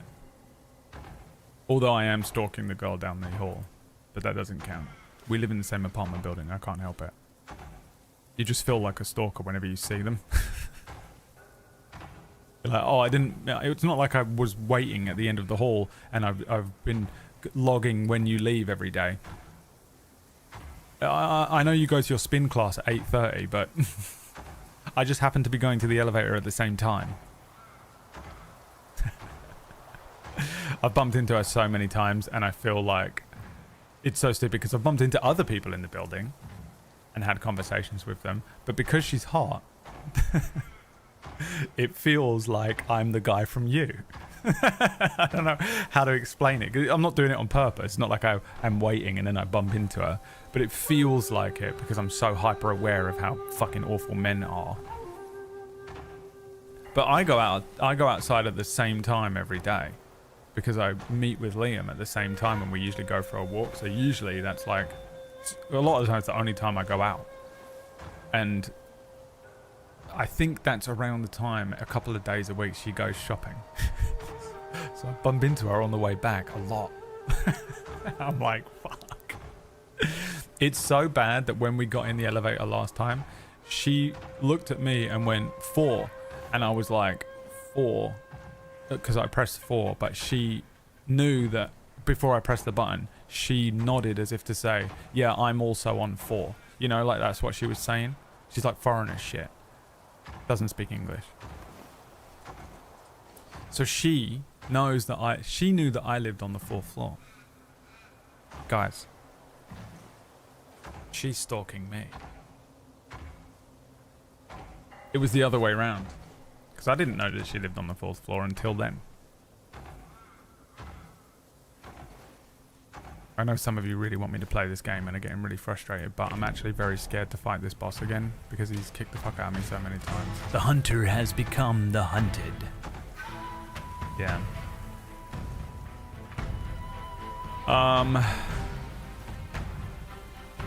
Yeah. Let me just answer a couple of these questions because people were asking me shit. You guys are really talking to me today, huh? Normally you guys don't talk to me at all and I just have to make stupid jokes. Probably too personal a question, but what went wrong with your relationship with Emma? Nothing. I wouldn't say anything went wrong with that relationship. It was a great relationship. We just grew up. We were just different people. After 10 years of being in a relationship with someone, you should, and I think probably a lot of people don't, evaluate what their relationship looks like and if they've changed as people and if they've grown away from each other in that way. And I think that's really all that happened. I make a lot of jokes like, oh, she left and all that, but really we just mutually split up because we were just kind of different and we were just going different places in life and we're not really sort of in a romantic relationship anymore. We were just kind of roommates almost, and we looked at that and went, well, we can just continue doing this, but it's just insane. And I think a lot of people do. I think a lot of people just stay in those dead relationships for 50 years. But yeah, I think that one of the way that I look at it is that relationship was complete. We completed it. We checked all of the extra quests. We collected every PlayStation trophy. And then we shook each other's hand. And we were like, see ya. And it was great. It was the greatest breakup I've ever experienced in my entire life. Now, did it fuck me up completely? Yes. But it was nothing to do with the relationship and nothing to do with like the normal breakup shit. Like normal breakup stuff, you're like crying and shitting yourself, like, oh, I just want her back. And I sort of had a couple of days like that. I think it's impossible not to. I just remembered something that I wanted to look at, and if I don't do it, I won't do it. Is this it? There's like a lot of stuff where some part of you will feel a lot like, you know, oh, I'm crying and I'm sad and I just what's that fucking meme where he's like, feel like shit, just want it back. But I didn't really experience that. What I did suffer was like a huge amount of fear about being alone and living by myself, and a lot of this kind of stuff that I'm talking about a lot more casually today because I'm over it, but also I'm still experiencing it. But I'm over the initial fucking existential dread psychological strike that I took, because what happened to me is I sort of went into this black hole of existential dread at sort of being alone and single and figuring out how to navigate life by myself, and I realized I'd never done that in my life and I freaked the fuck out. So I kind of have a bit of a trauma around this breakup, but it isn't really through the breakup. The actual breakup was fucking great. It was the best breakup I've ever had. We literally just, one morning, I was sort of freaking out a bit. We had a conversation and then we were like, okay, it's done. And then she was like, I'm going to get out your hair. Got out of my hair. We just sort of got away from each other for a bit. Kind of got over the weirdness of it. Met up again a few months later. Like, it was a while, but like we sort of like left each other alone for a bit just to let things settle and figure out what was going on. After we had like a whole conversation about it. And then it was like super weird when we first met up and we were like, oh, it's kind of weird and, you know, whatever. But it was immediately like fine. And now we're just friends. We're just completely fine. Like, it's not like we spend a huge amount of time. The thing is, I don't really know what she said online about it either. So I don't want to talk about it too much because I don't want to say anything that she doesn't want me to say about it, you know? So I'm being kind of vague, which might make it sound like I'm being disingenuous about it. And you're like, oh, secretly deep down, he's like super not over it or whatever. But it's more just that I don't really know what she wants me to say about her side of it and whatever and how she felt. But from, you know, the whole thing was like really chill. We both kind of agreed. It was just very scary and very different for a while. And then, yeah, we've just been kind of like chill the whole time. We speak pretty regularly. It's just like, usually just like meme shit. Like the other day, she messaged me a picture of a fucking rat that was from the breeder that we got our rats from. And this rat looks, I know like to some people all rats look the same, but this rat is the exact copy of Dr. Benadryl Cecil. Like, it's fucking creepy. It's like they cloned our rat. And, you know, we were just chatting about that kind of shit. So like it was like completely fine. But I think sometimes you just have to accept that a relationship is over. And I think that's what we did. It's just really weird.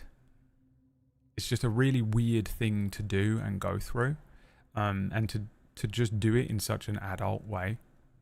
To be like, you know, it was obviously painful and it was obviously weird and obviously strange. And there's a lot of feelings. I can, if I want, feel every emotion about it if I want to. But I know deep inside that really what we experienced was a great relationship that came to a natural end. And instead of forcing it, or instead of not accepting that, I think for a little while we did, but it takes a while for these things, for you to figure out these things and to have the courage to accept them.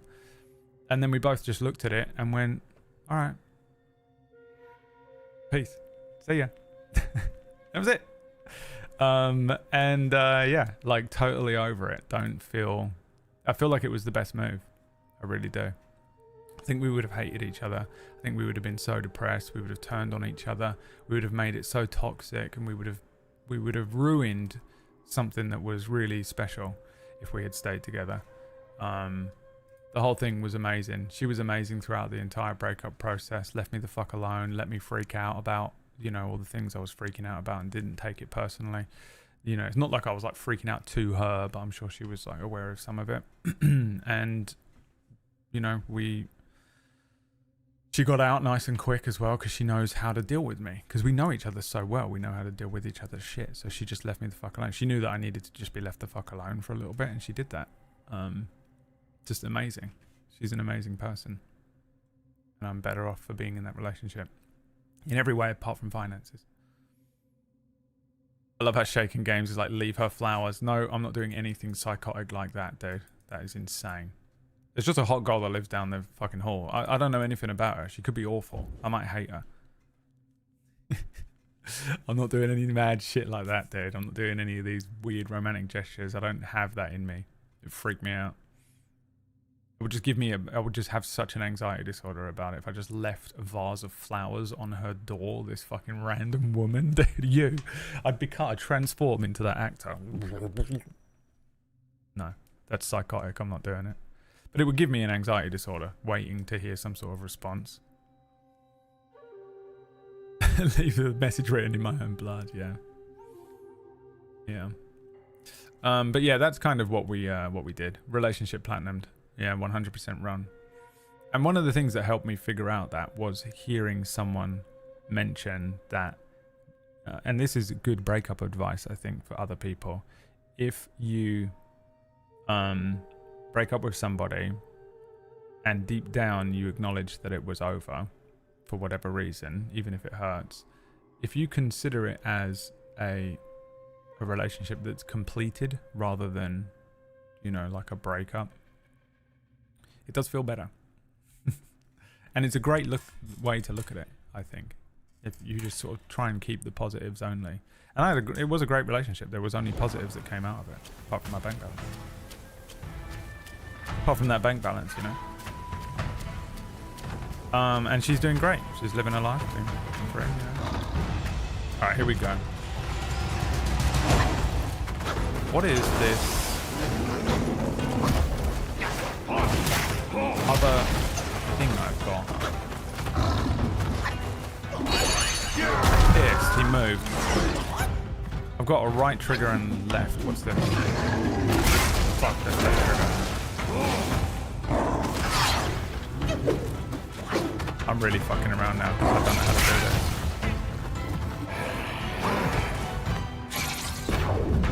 What is that?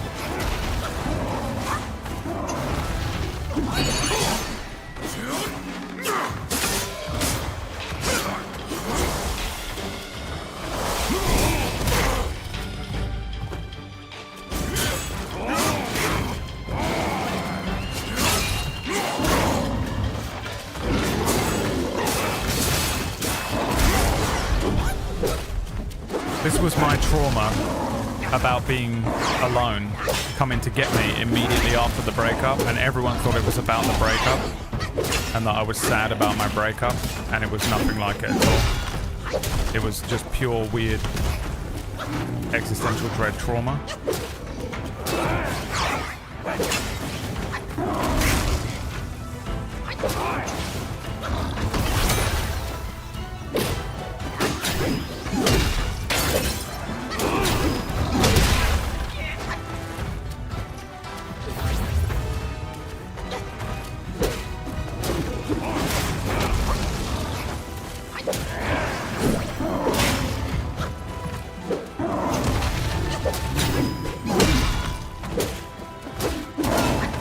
This whole run is a bust, by the way, because I fucked around so much at the beginning and still don't know what that move does. But we're going to use it for practice.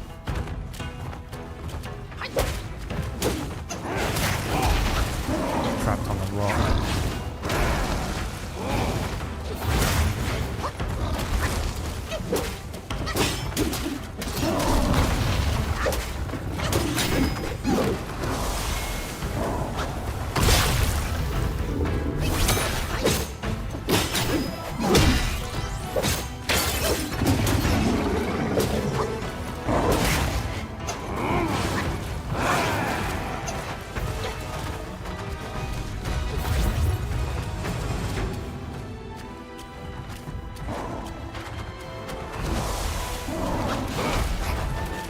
He isn't doing that like fucking unbelievably annoying move.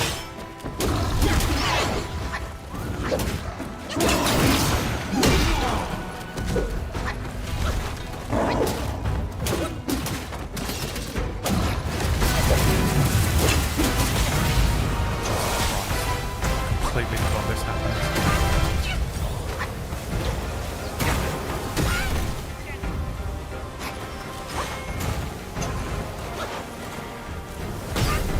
Oh my god.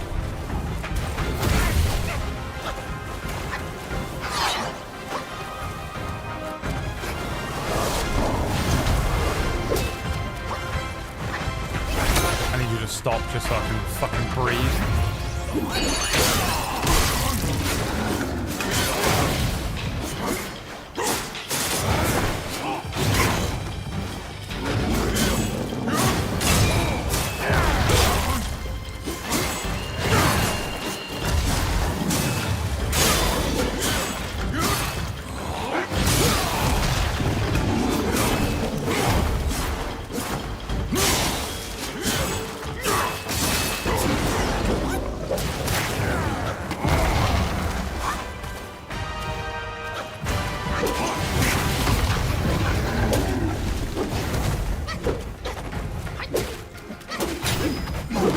Come on, don't miss. Oh, you son of a bitch.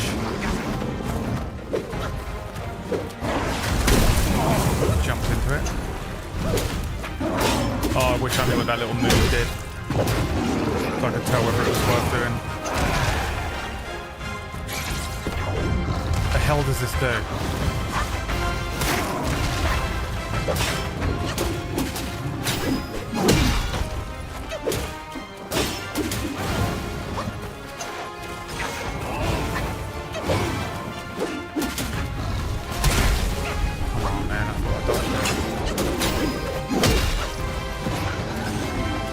Stamina.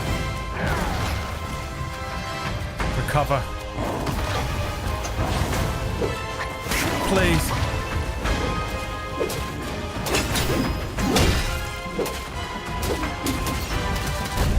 Oh my good god, dude.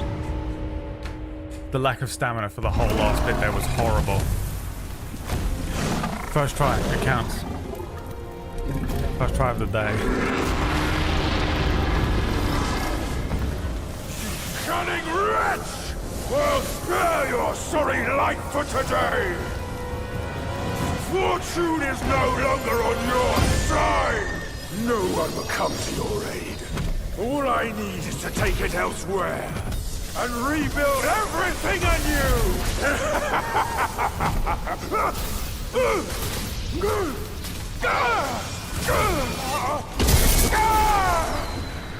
Literally bearer of flame, yeah, it is, isn't it?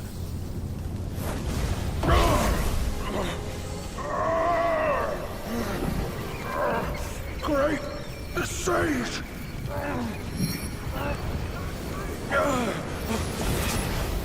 Oh, pardon me, young sage. Mercy, young sage, have mercy.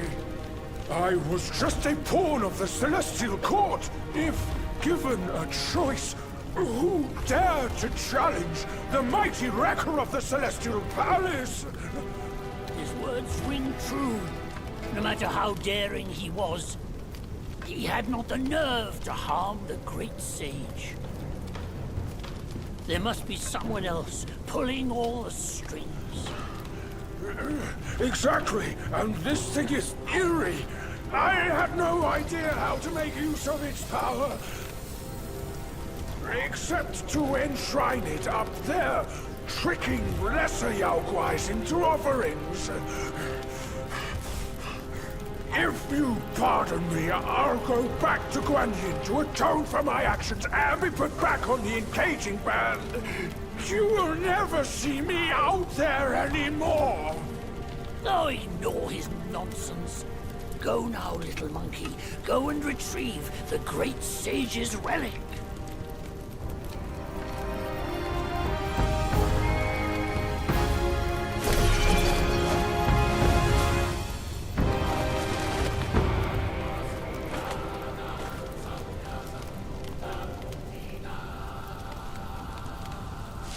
A fucking cool looking bird, look at him. He's double pupiled up. I don't know what they're saying at any point, Maya. I just assume I don't know anything about the mythology though. What is happening now? What is this?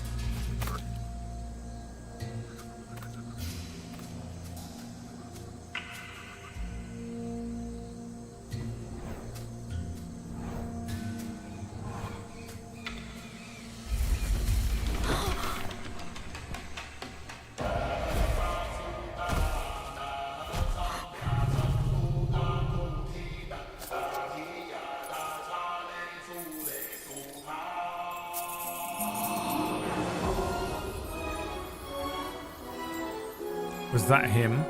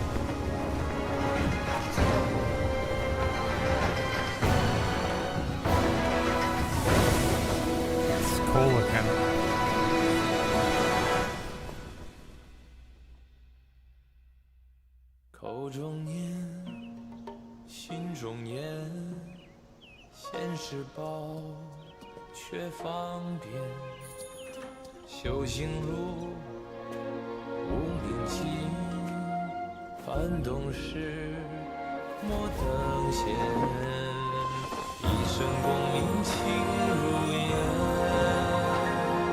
最后人物在少年，最是萤火情失眠，谈真挚看见。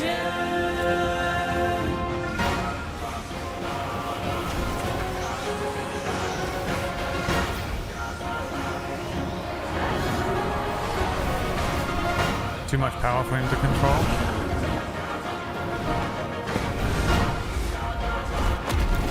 Oh shit. He becomes the flame bear.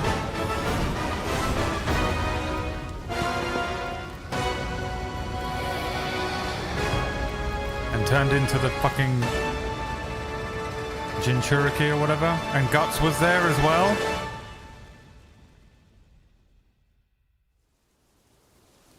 What were they called? The Jinchuriki? Jinchus? Master, it still puzzles me. A monk's lust for gold should be quelled. Why does Elder Jinchi still cling to that one Kasaya? Bereft of that Kasaya, how shall they show the world their ties are cut and their lust is quelled? Chapter 1, Black Cloud, Red Fire, concluded. Dude, that was cool as shit. What the hell was that? They're the Elder Jinchi and the bear you just fought. Across I figured that streams, out over eventually. hills, and through the black wind, It's like they're your speaking in blood has Shakespearean English but spilled. Chinese, yeah. Wolves howl, snakes wind, flames lick, and the smoke blinds. Stumble on the lesser, lame. It was his greed crash before their betters. that destroyed him, and the With such clumsiness, what destiny do you claim? As the small fish catches its prey, the bigger lurks behind. Who is the bigger fish? I can't see it. As for the prey and the small fish, oh, where's Wally? they are swimming everywhere.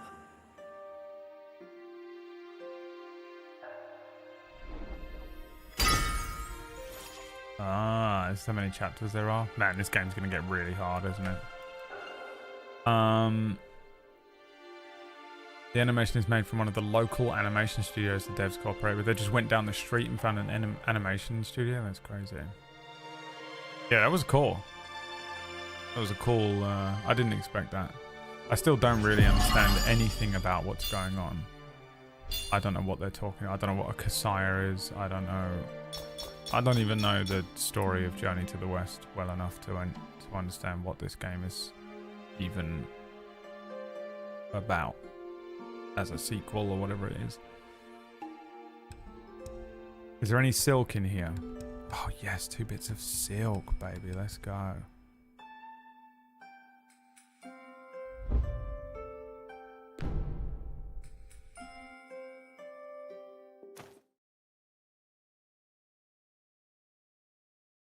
Chapter 2, Yellow Sand, Desolate Dusk.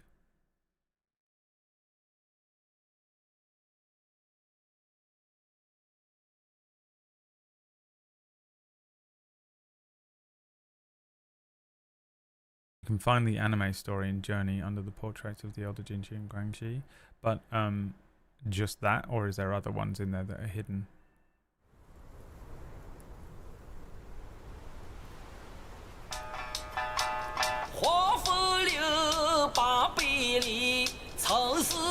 We are actually in a desert. 一朝舒缓平困期，午夜朝气妙让气。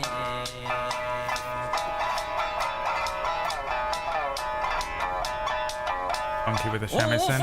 夫君发髻，为非作歹有天比。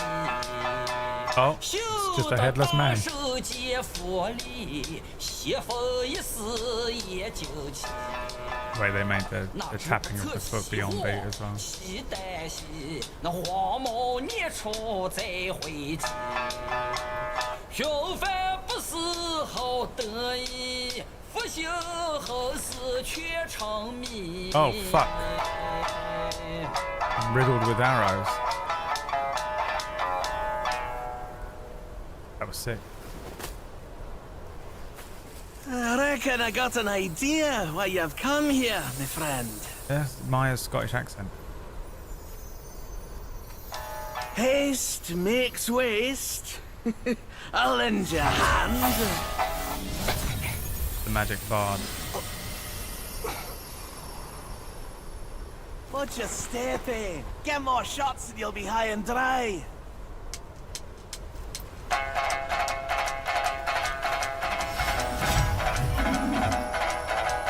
Who riddled me with arrows? I go in this water?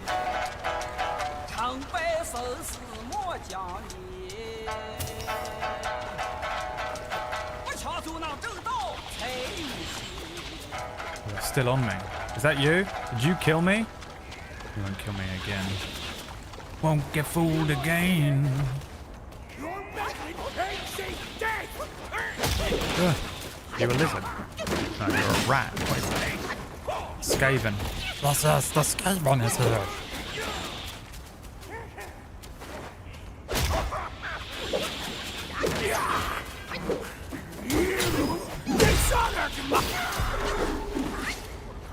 This is a Skaven. Maya, you didn't tell me you got a voice acting gig in this. Is this a Skaven level? Oh my god, it's a Skaven level. Couldn't be happier. I fucking love the Skaven. Where are you, you little shit?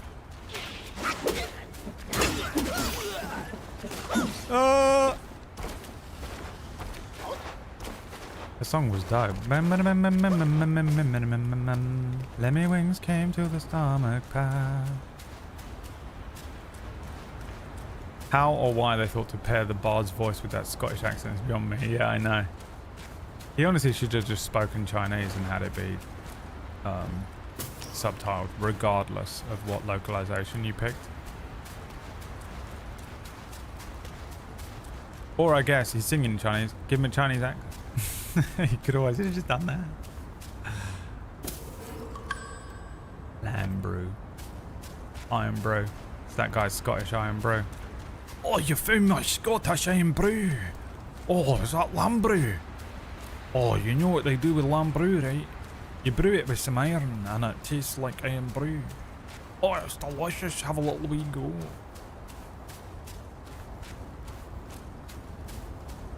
The song style is from the north part of a province. The province has a shape that looks just like the UK, north of the UK, hence Scottish. Alright, that's cool. Still sounds weird, but it's cool. I understand the reasoning. I do that with D&D all the time, right? I do stuff like that, where I purposefully put a little thought into thinking some bullshit like that. No one ever asks me about it. No one ever picks up on it. And maybe they will, maybe they do in the future, and I've forgotten by the time the question comes through. However, what people do is pick up on the one time that I don't do that. So I just have like a Chinese song and the guy has a Scottish accent because I just improvised it or made it up on the spot. And they're like, hey Brad, did you, what was the inspiration behind having the guy sing a Chinese song but have a Scottish accent? And I have to just go, there wasn't one, I was just freaking out and I just had to come up with an accent on the spot. And it pisses me off because usually I put lots of thought into those things and no one ever cares or notices. And I always get asked a question when it is nothing, some element that I have not thought about at all or entirely improvised on the spot. I'm just fucking panicked with an accent. Anyway, if you like D&D, I'm playing D&D tonight on Table Story. I'm running a campaign on Tuesdays and I'm running a campaign on Fridays. The Friday one is far more chaotic and improvised than the Tuesday one, but this, well, the first two episodes of this are a little bit more thought out. We'll see. You can tune in and check out the second episode of Non-Canon tonight. This will be the second episode. What animal are you? A skinless rat. Skinless, hairless.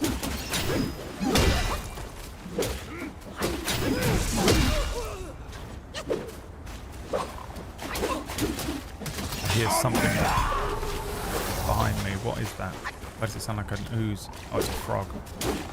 Bullywug. So heading over to Table Story if you like D&D or you want to see me DM something. I've got lots of shows on there that I've DM'd in the past. There's a YouTube channel you can watch all the playlists on if you want. Got them in podcast form on all your favorite podcast platforms. If you want to listen to a podcast version of them, I highly recommend it. Lots of different DMs, lots of different casts of players, of different streamers from all over the website. Some of them really good streamers and some of them shit ones like Maya. Oh god. Another big frog.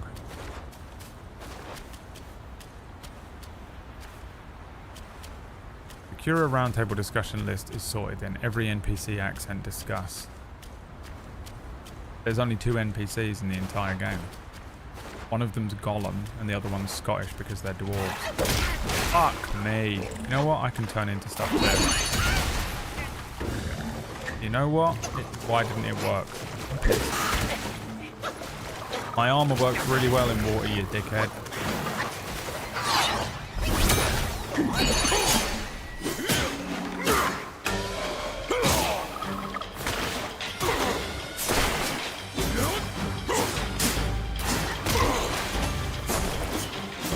Does it feel like I'm glitching around?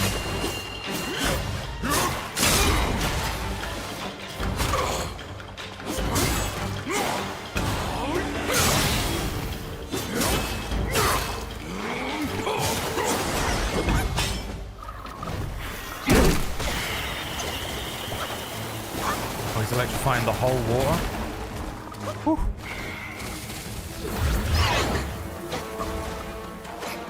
What does that other thing do down there? The right trigger and L thing that I was doing in the last match. I literally... Not like this.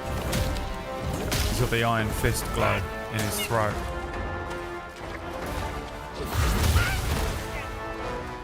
Why does it keep unlocking?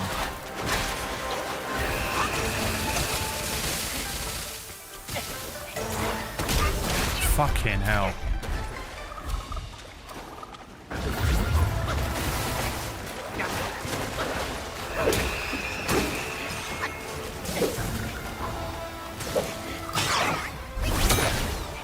Stay fucking still.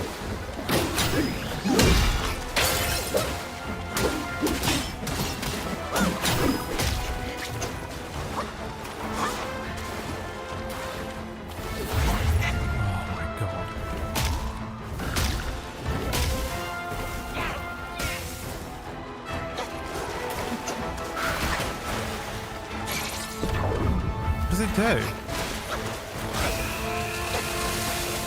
Oh, this is impossible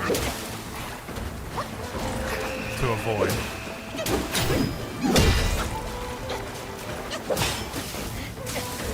Oh. I'm dead.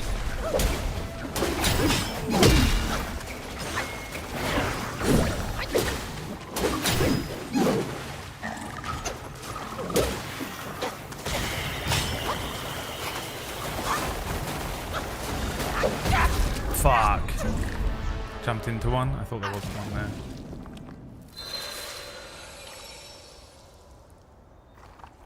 Damn.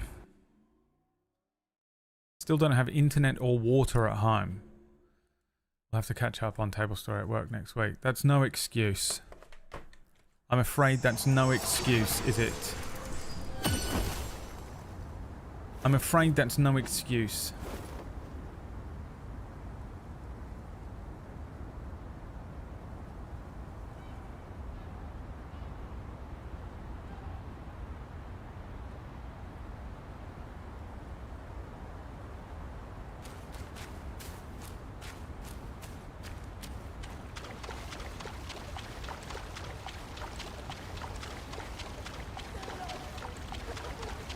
Go kill these Skaven again. And ready? You know what? I'm gonna kill these fuckers first.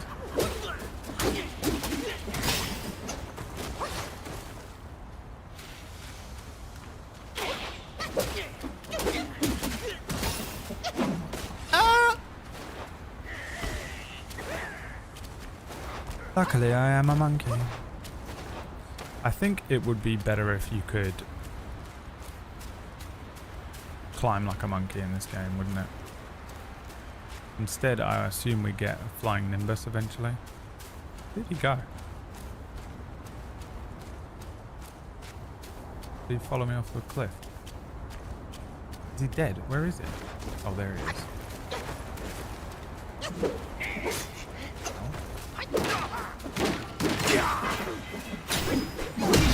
King's gift!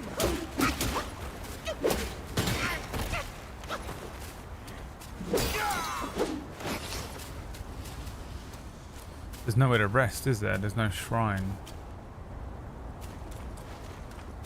to reset before I fight the frog again.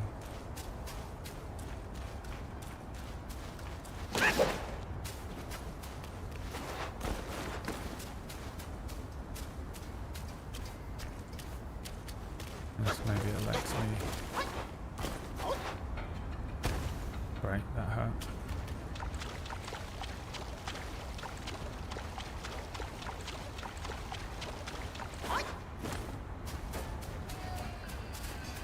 Can I rest here? Fuck.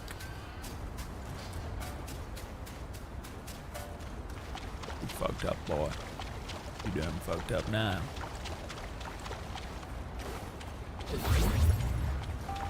You done fucked up now, boy. You ain't expect a boss battle before you get a save point. Do.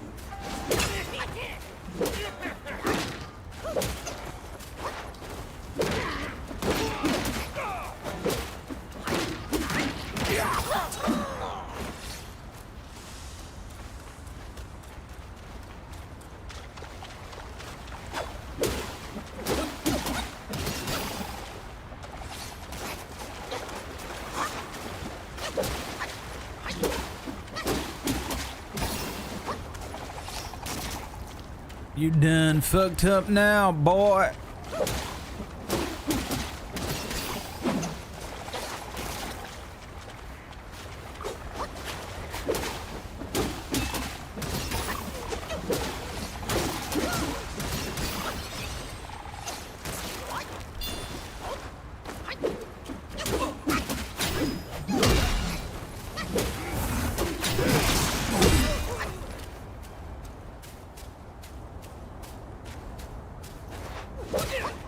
Unending boon be ours!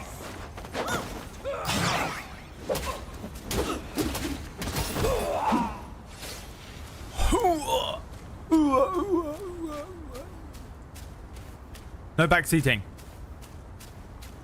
I already saw it. It said something about a bridge. Something about a bridge. Before I jumped down there, I was going to go and explore this whole area anyway. I'm sure I would have found it, since I'm guessing he was saying there's a shrine over that bridge.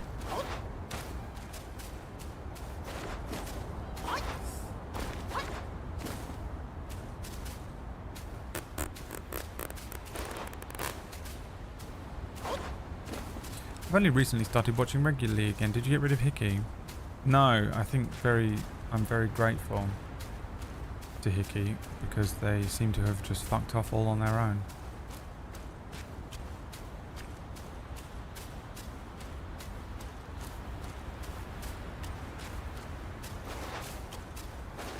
Oh, he's sulking again. What did you do?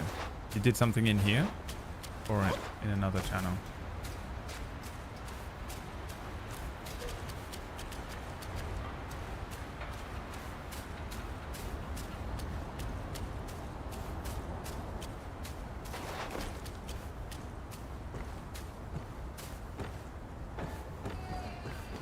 Because of the 72-hour timeout?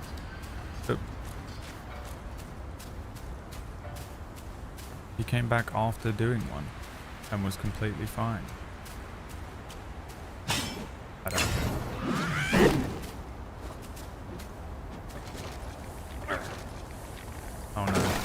Oh my god. The Mushroom Man lives again.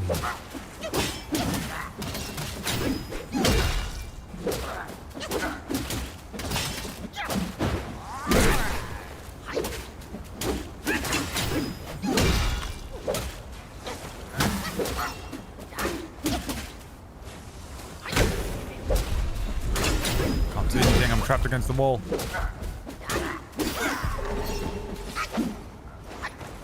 Gonna explode.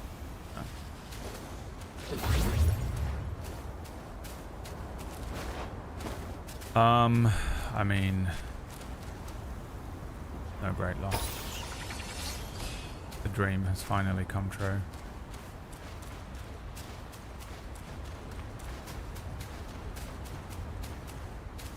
There's the shrine. But first we must defeat Master Splinter. We are in dire times.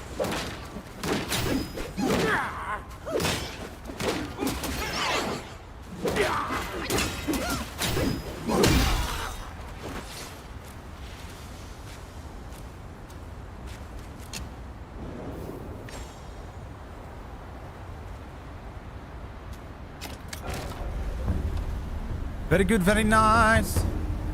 Okay. We have a shrine now. First of all, I want to craft my silken armor.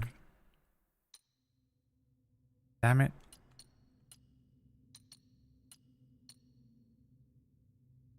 Right, this is the one we want. This was the one. Deals damage to the enemy and crashing immobilization, but this is actually better. Ebon gold silk robe.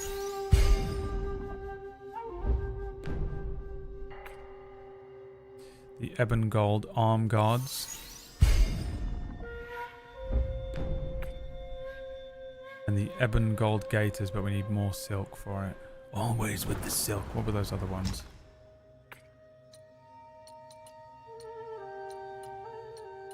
Silk.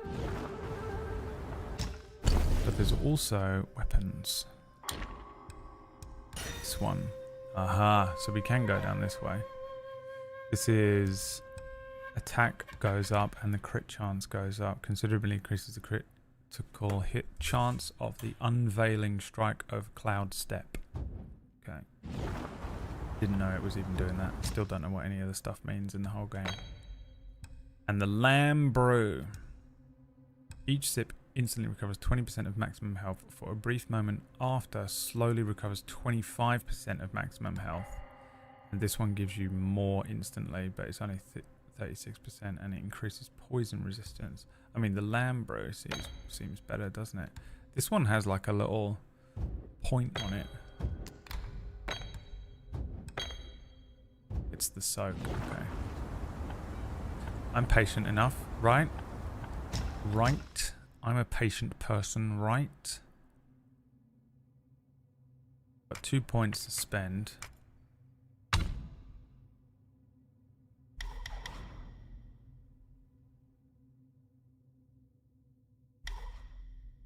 I don't know what any of this means. Okay. Cloud Step.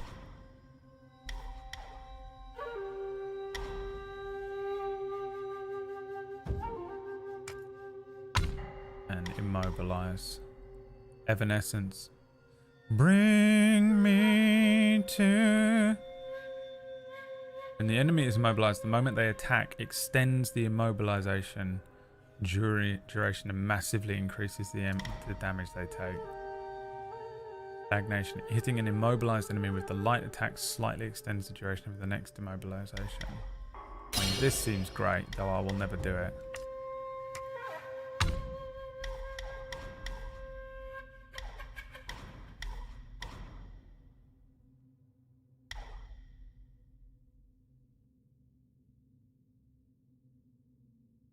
I still don't know what any of this means.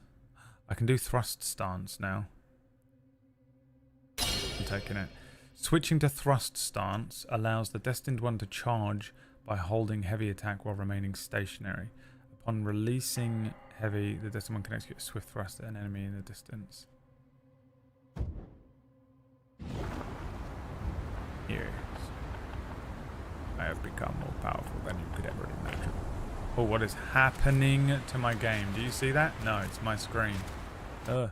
The game's going nuts. It's like flickering.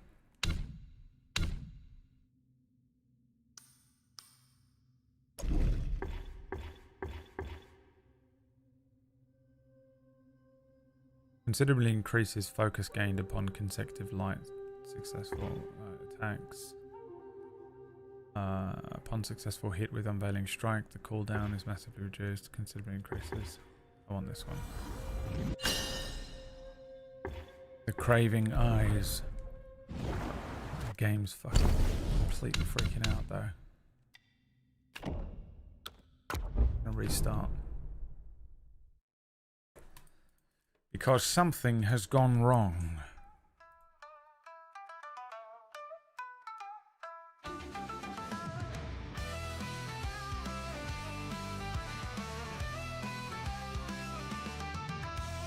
Born from a stone hide, Wukong touch the sky. He is fighting, big animal. Go, go, go. Monkey with It didn't look fucked up on the game capture, but it did on my screen.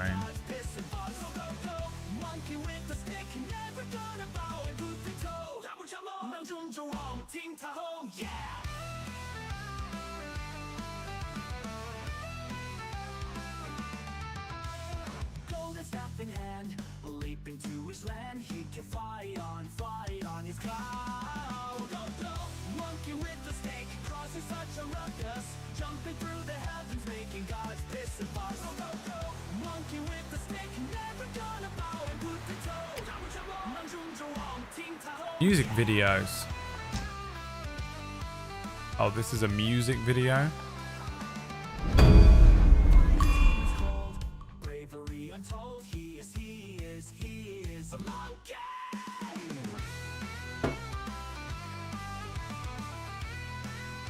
Dude, the bit of Final Fantasy VII Rebirth that I played this morning is living rent-free in my brain and I can't shift it. It was so good. I will say the word Gongaga and you will know what I mean. You've played it.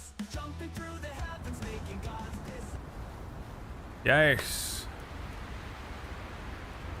We live again. Okay, time to fight that frog. Let's go kill a frog. Will there be a fave intro vote like the game vote at the end of the year? I mean intro song? Yes, Gary. We do it every year. Unless I've quit and got a job at Burger King by then, which is very possible. It is very possible. Oh yes, the Gongaga reactor scene, I'd guess. Me trying not to spoil it for everyone. Theory. Oh, the bit when all of this happens and spoils it immediately. Why do I even bother? Can you fuck off? Oh, it did it, but it didn't freeze him. This is bullshit. Oh, I also don't know what that other thing does.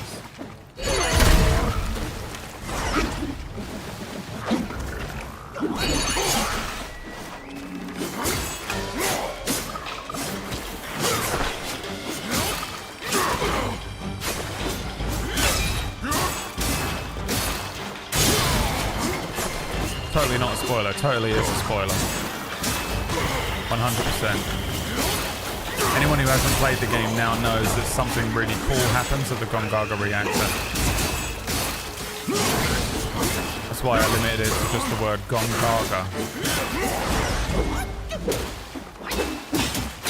Try and reduce that. But now, I remember why I never speak online.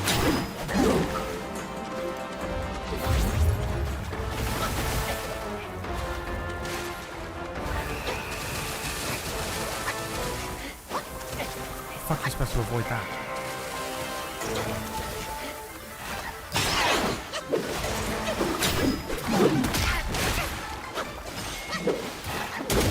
Dude, I hate this guy.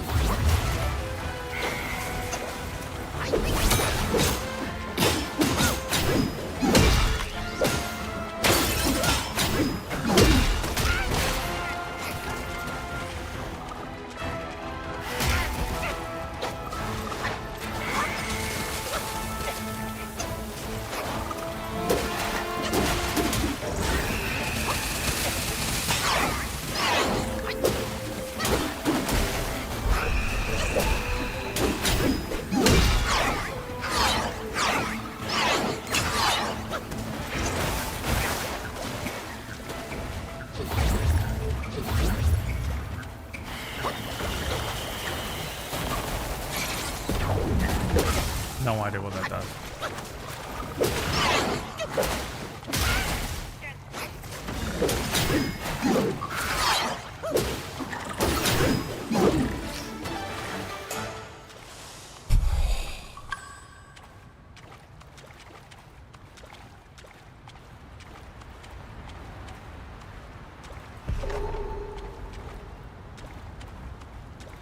Can I get back up there? No. The old second try. Spoiler guys, call she happens in 7 Rebirth. Well, I mean, the game wasn't guess what happens. I said something happens in Final Fantasy VII Rebirth. Gongaga. Those that know will know. It wasn't guess it and provide more detail to spoil it even further. That wasn't the game. Even though you think that's what the game was. There's a reason I specifically limited what I said, believe it or not.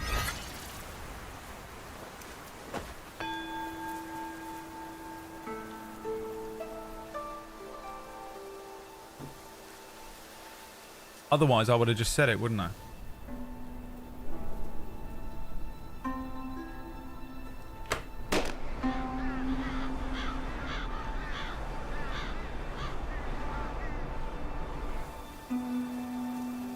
Fucking tornado, maybe we should move. Where is that?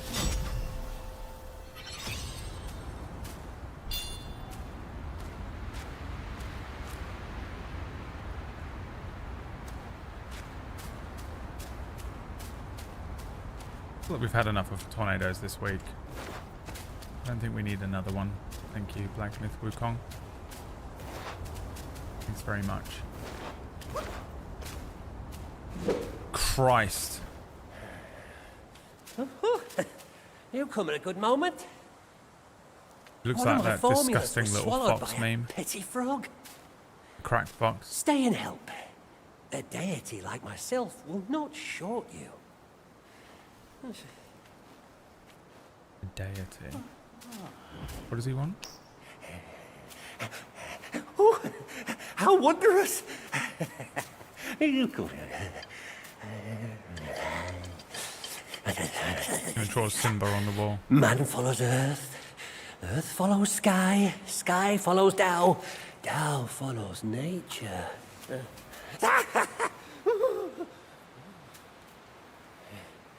These common pills, I grant you. Hereafter, you may craft more yourself at the shrines. I must retrieve a furnace forthwith. Pray forgive my departure. Evil repelling medicant.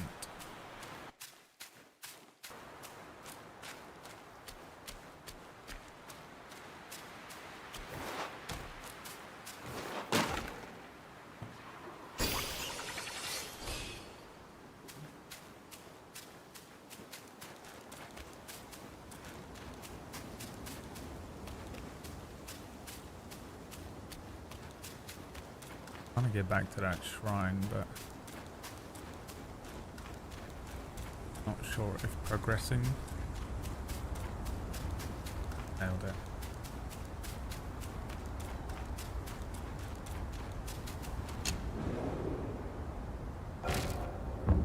Goodbye, Glitchy. I know the rules. Tab's still open. No, you don't need to do that anymore.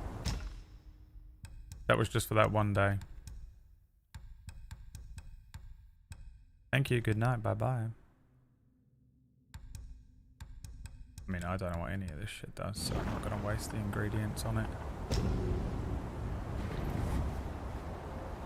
It's exactly the experience I'm having, Boston.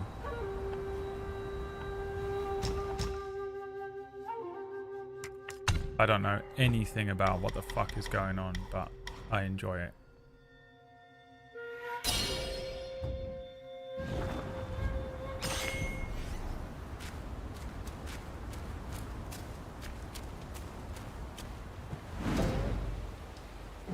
Sandgate Village.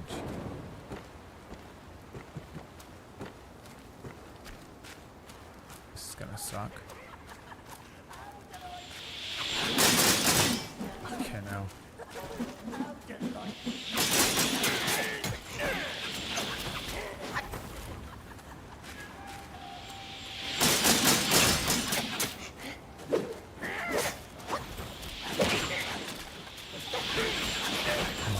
fuck this.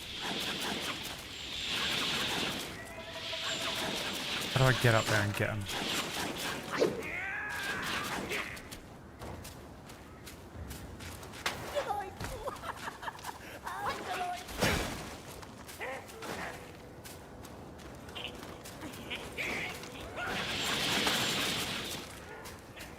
You don't? God, that's annoying.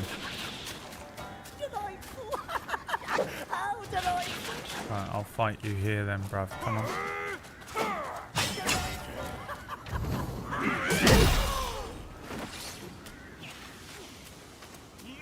And now what? Can I, like, destroy this? Come on. Let me destroy this and drop them.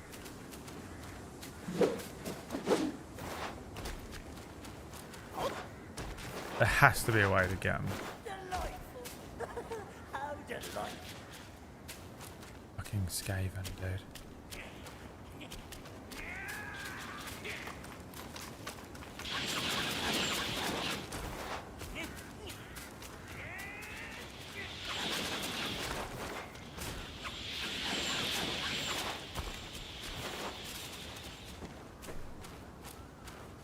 Fuck that part of the game.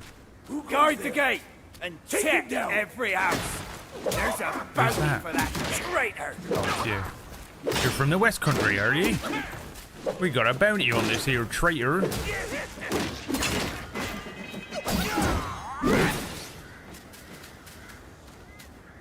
Unending move.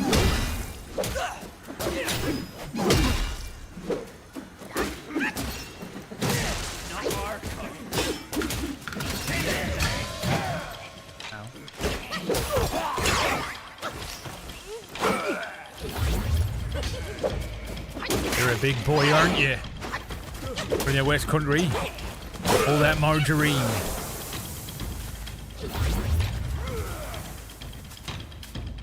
Check this out. You're 2 heads. I'm a big boy and all when I want to be. You like that?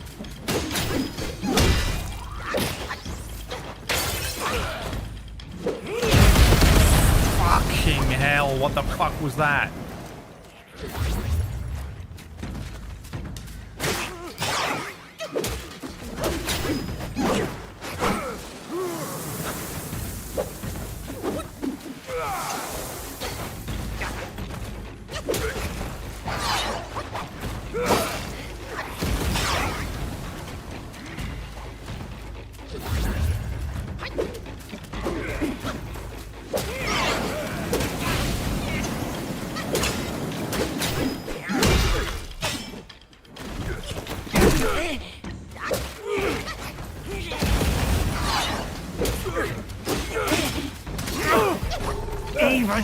He's got 3 heads.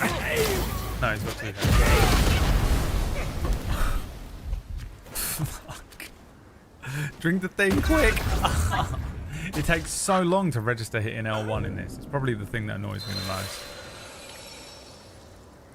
In Dark Souls, you're just like, bleh, straight away. In this, I'm like clicking it 50 times before like it registers.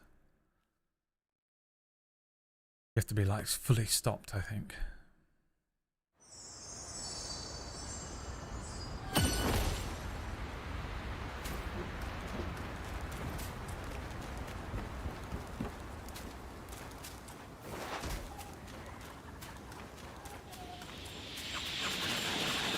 Fuck those guys. Not dealing with that. My step will be.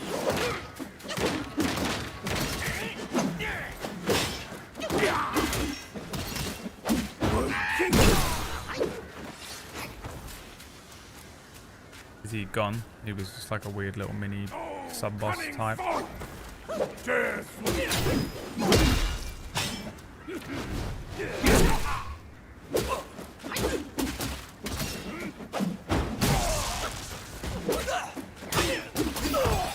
Oh no, there he is. He destroyed this entire thing last time.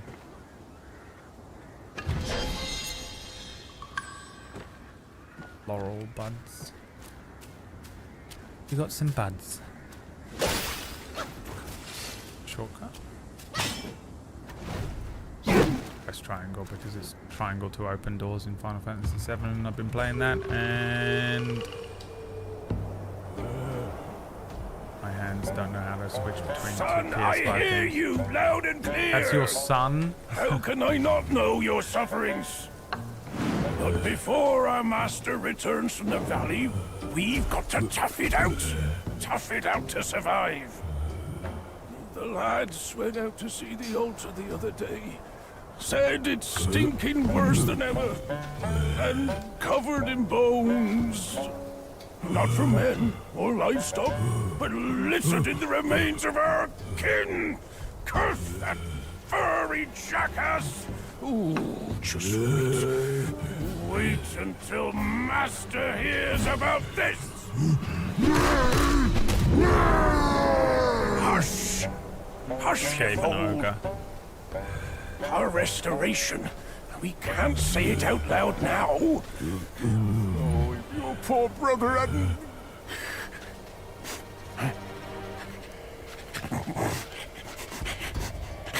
What's that smell? Where's the smell of fresh meat? fresh meat? Delivering itself all the way to this dump for our lunch.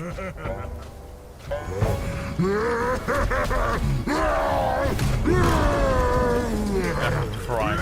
He's the king. Oh my god, they're wrecking me up. Oh my god, they're absolutely wrecking me.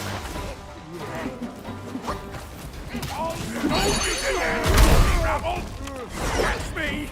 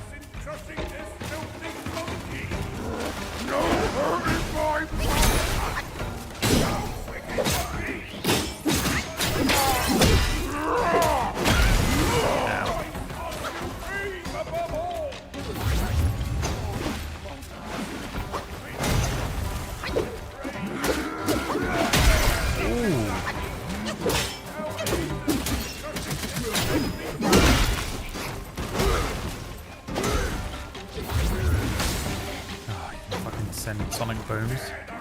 Sonic boom. Sonic boom. Sonic boom.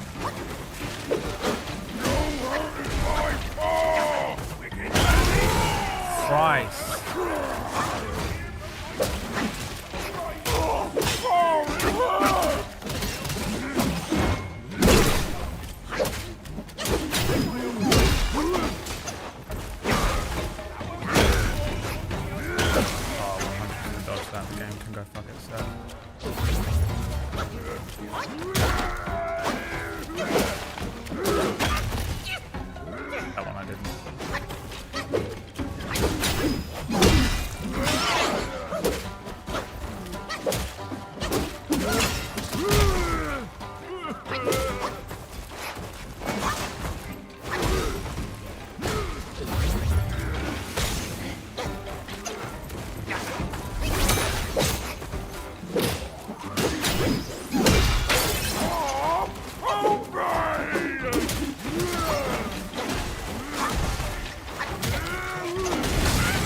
Fuck.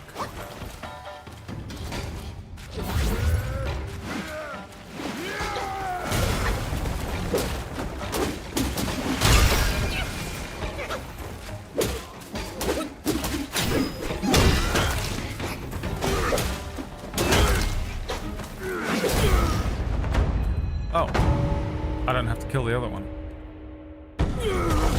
That was piss easy then. Surely there's a second phase. No, because it would have happened, wouldn't it? Spent that whole time like, fuck, I've got to do a whole other one. There's going to be some other thing where they combine or some shit.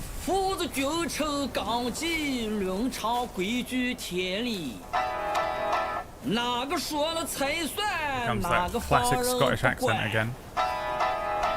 你瞧那树背到家人情，可怎么就落得个子王斧头死不寒？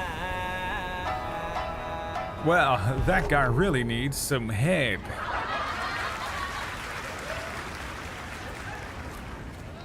Shut the fuck up, Wax Steven.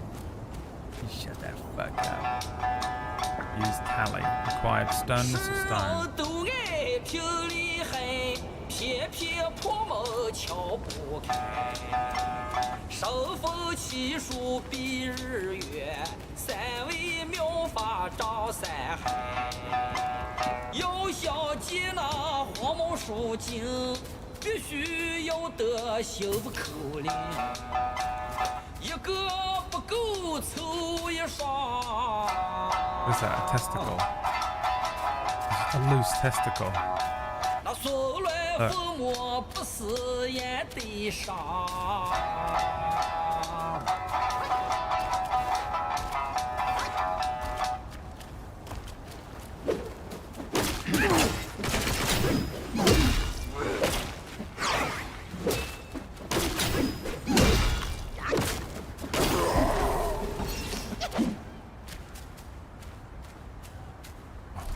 That I haven't got the energy to fight him, have I? Gone the wrong way. You've gone the wrong way.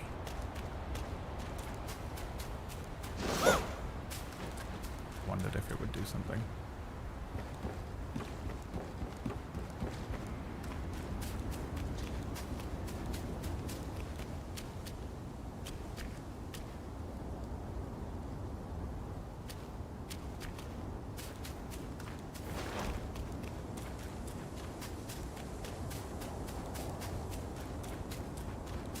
He was up on this penis statue, wasn't he? Telling me that's not a penis.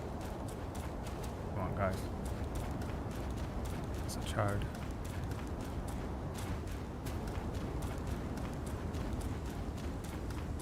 There's a fucking thing here.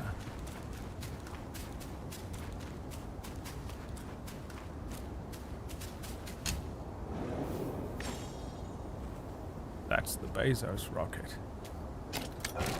Is that a rocket in your pocket? Laurel buds. Using the gourd moderately increases damage reduction for a short time. Oh yeah, dude, that's way better than poison resistance.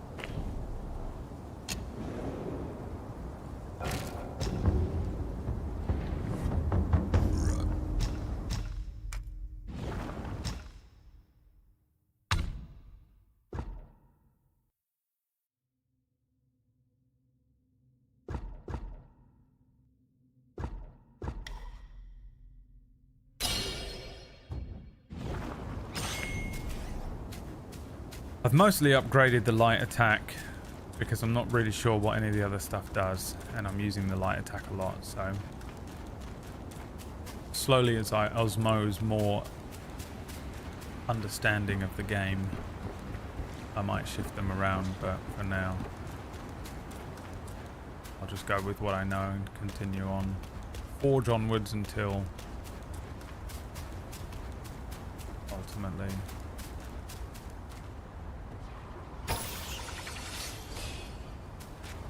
figuring out what I'm doing. Let me try and kill this guy without conceding any damage. Okay, immediately conceded damage. That move, though, the final finisher thing hurts a lot. It takes quite a while to get to. What am I looking at? What are you? You're just a bloke. A desert echidna.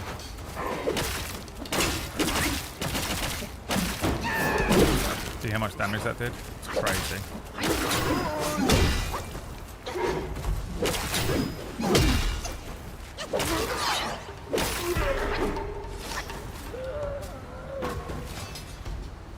He's in a mask. It's a wolf or a rat.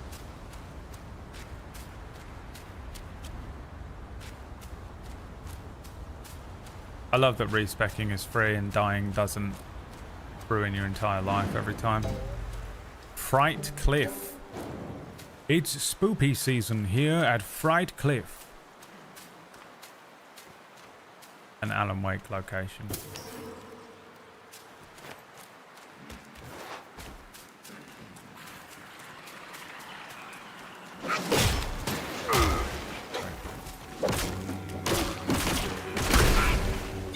Oh, here's a bit where he just lays down.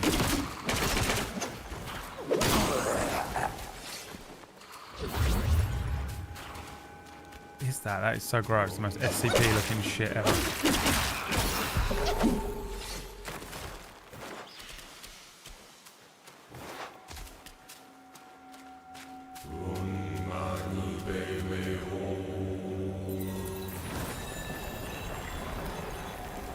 Your soul is mine.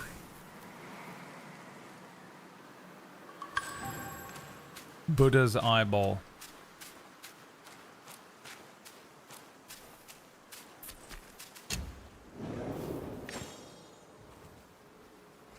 What the hell is happening here? What is this game fucking about? I don't really know, but I enjoy jumping around with a stick, and when it gets longer and that.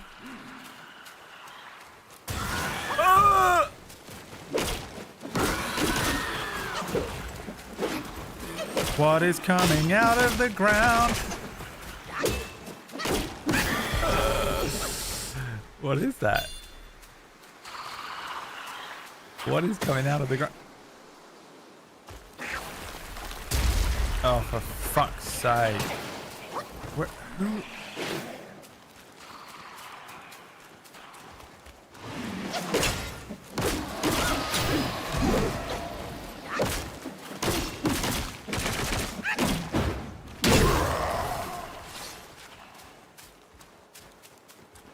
Wukong. What the hell is happening here? What is coming out of the ground? Was that half of a testicle, or am I just losing my eyes? I think that's called blind.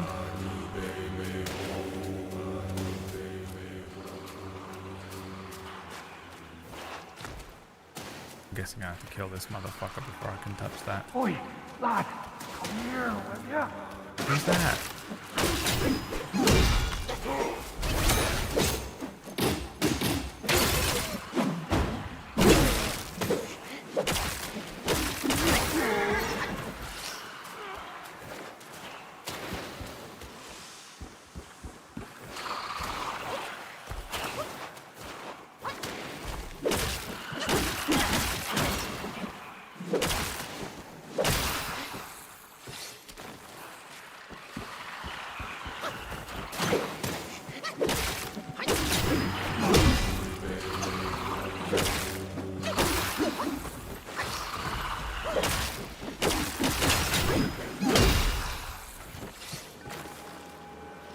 Back off.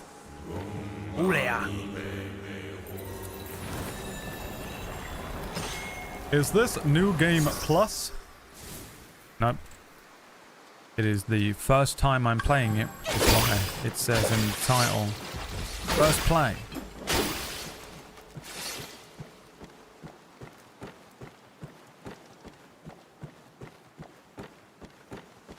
I can't see the title because I'm on mobile. Fine. Then what's the bloody point of having it, Twitch? Oi. Oi, oi, oi, lad. Homelander done nixed me son and bollocks me master. You're all fucking welcome. Who was talking to me a second ago? I'm trying to find Testicle Paul. He was up there, I think.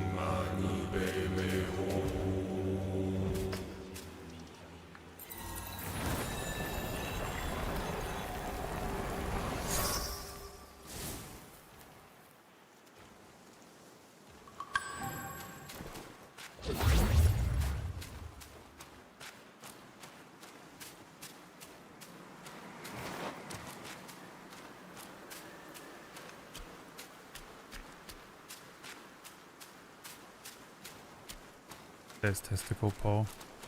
No, it isn't. I mean, it is a testicle. It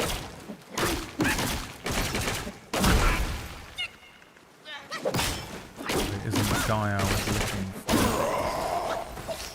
There's another one that was spitting at me over here somewhere. And I made it my life's honor to find him and destroy him. How do you like the game so far? I'm really liking it. I'm enjoying it a lot.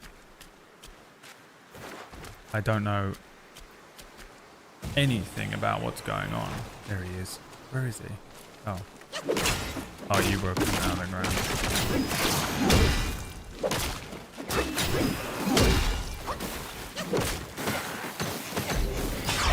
Wow, that hurts so much.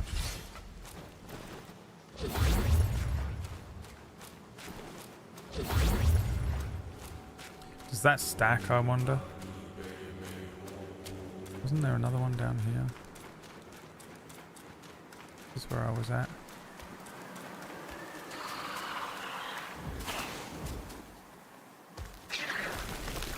Oh, for fuck's sake. Fight me in here then at least, so I don't have to deal with the spitter.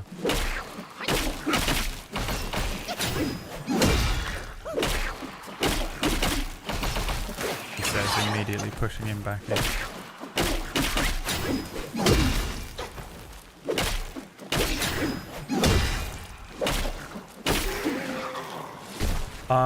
Yeah, I feel comfortable with the fighting. I've sort of done most of the bosses pretty comfortably, but I don't know if that's going to change as I progress. A lot of these games start off like that, don't they?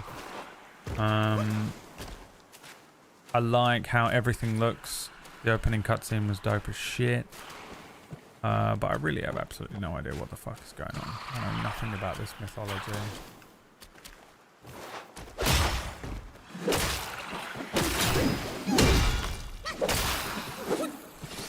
But I dig it. I dig everything I'm seeing.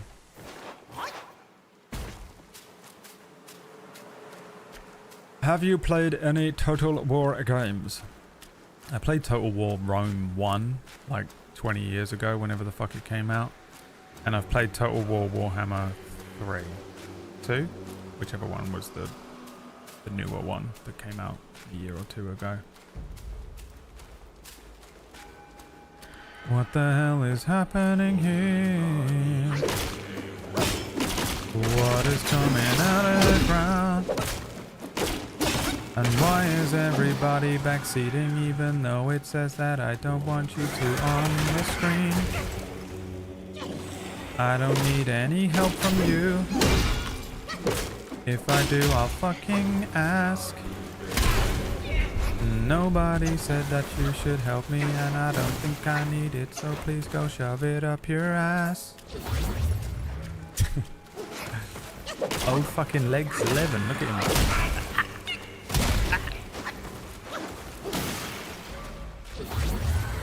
No backseating, thank you very much, I don't need it. I'll ask if I want it.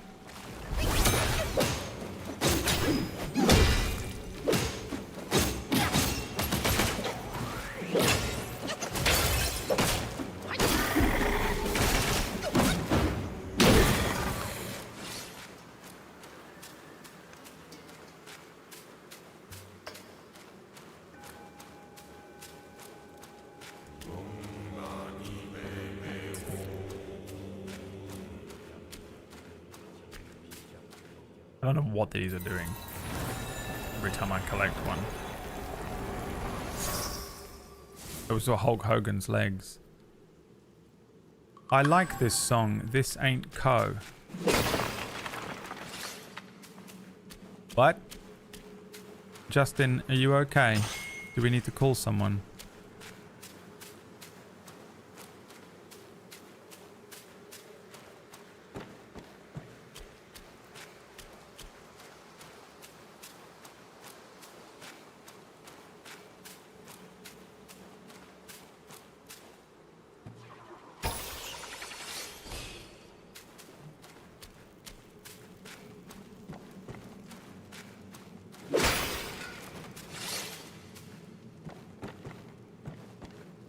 I meant I like the song you sang, and then you said no back seating, and I said this ain't Co because he lets his people back seat.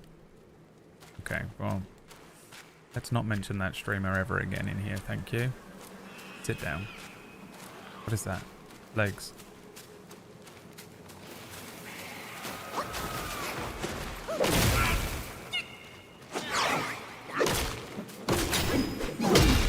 I am new to Twitch. What does backseating mean?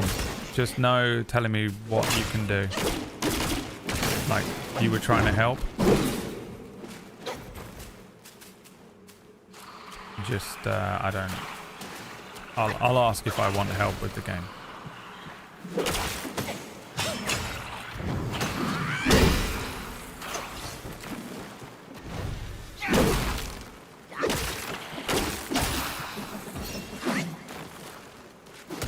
Oh my god, the fucking Hulk Hogan legs.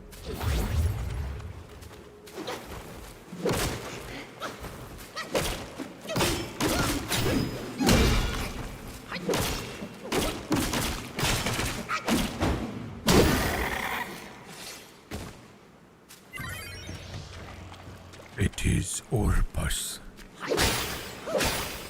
Orbus lives again. Beware the Orbus. Beware, for Orbus lives within you. Orbus is watching. Orbus just sounds like something I made up in D&D, and you know it does. Beware as you enter into the cave. It was once home to the deity Orbus. You know it does, Orbus. Thank you for the money.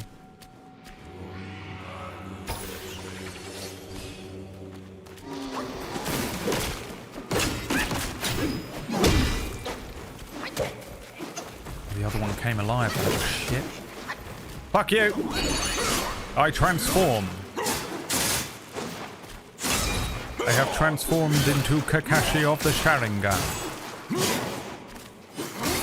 He does absolutely no damage to these guys at all. And they don't inflame.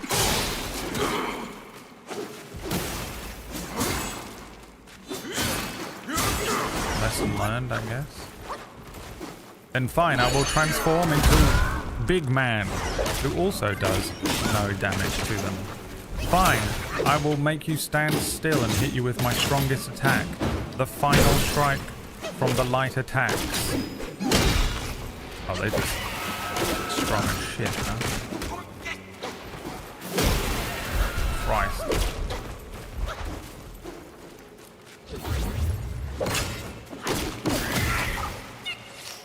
Fucking drop kicks, dude. Oh, he was like a mini boss. That's why he was bullshit. The tag team champions. Hi, Rin. How do, lad? How do?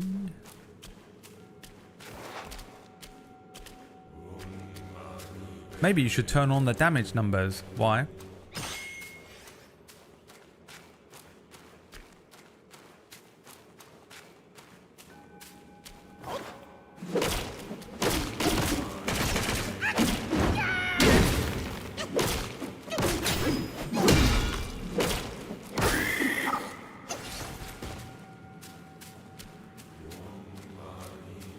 That's coming to life. I can target it. Don't trust that.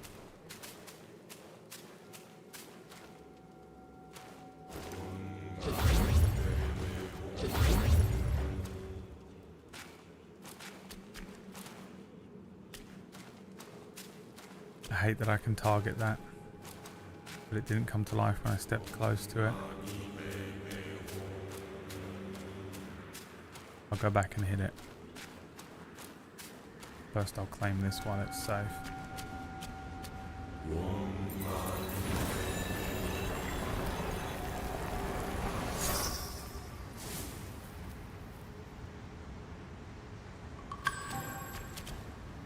We've got loads of these fucking eyeballs, huh?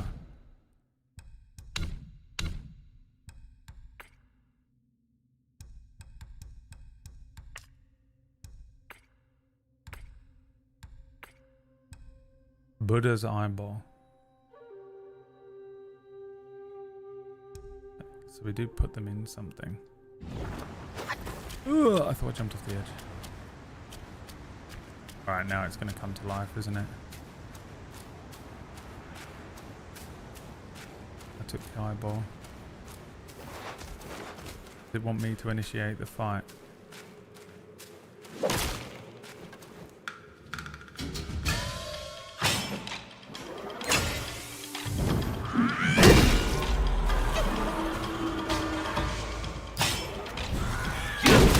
Fucking hell.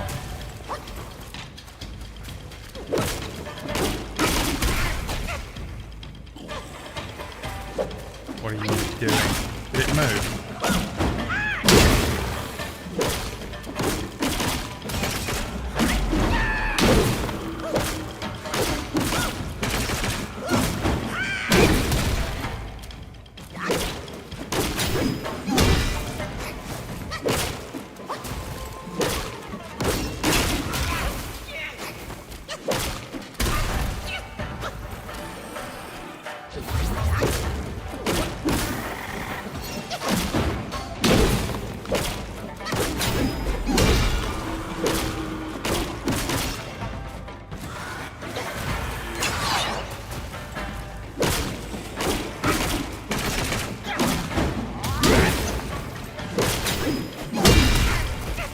I hate that move because it really doesn't look to me like he's about to do it. This move sucks. I don't fuck with it. Can't move, got no fucking stamina left.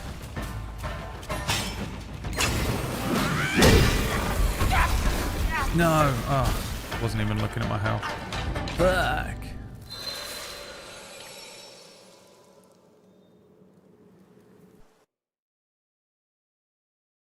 How do, Rin? How do, lad? Rin is like,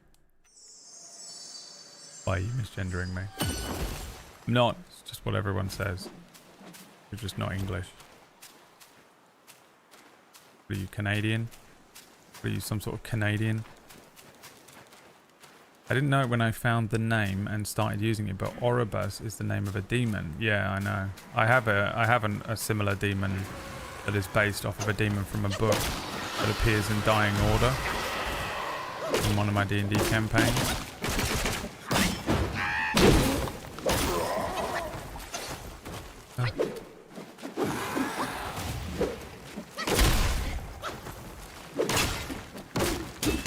Backseaters all come out for these games, don't they?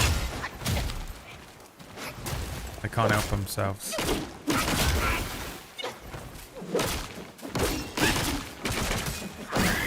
I mean, some of them are polite, like the Altis Aura. My new best friend. My new best friend who said, "Can I do this?"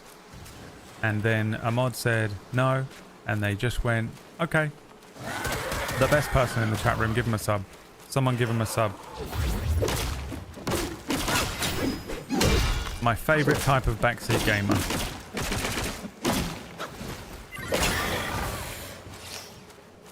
Hi, Metal Stew. We're just normal men. We're just innocent men. That is one of the best clips of all time, isn't it? What is going on there? Is this the way? No, it wasn't, was it? Was it? Fucking Hulk Hogan.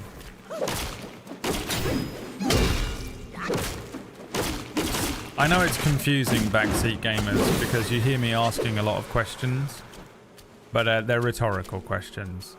I'm not actually... Fucking Christ. I'm just speaking out loud because otherwise I'm not speaking and I'm streaming live on the internet right now.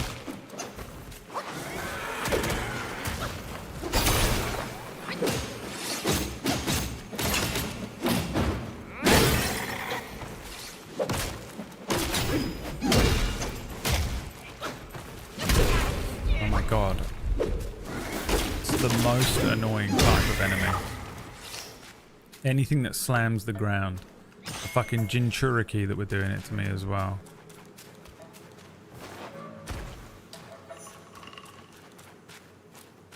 There you go. Theory's given you a worthy sub. Thank you, Theory.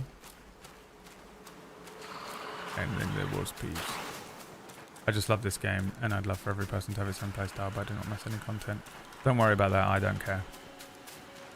You just crack on with your life.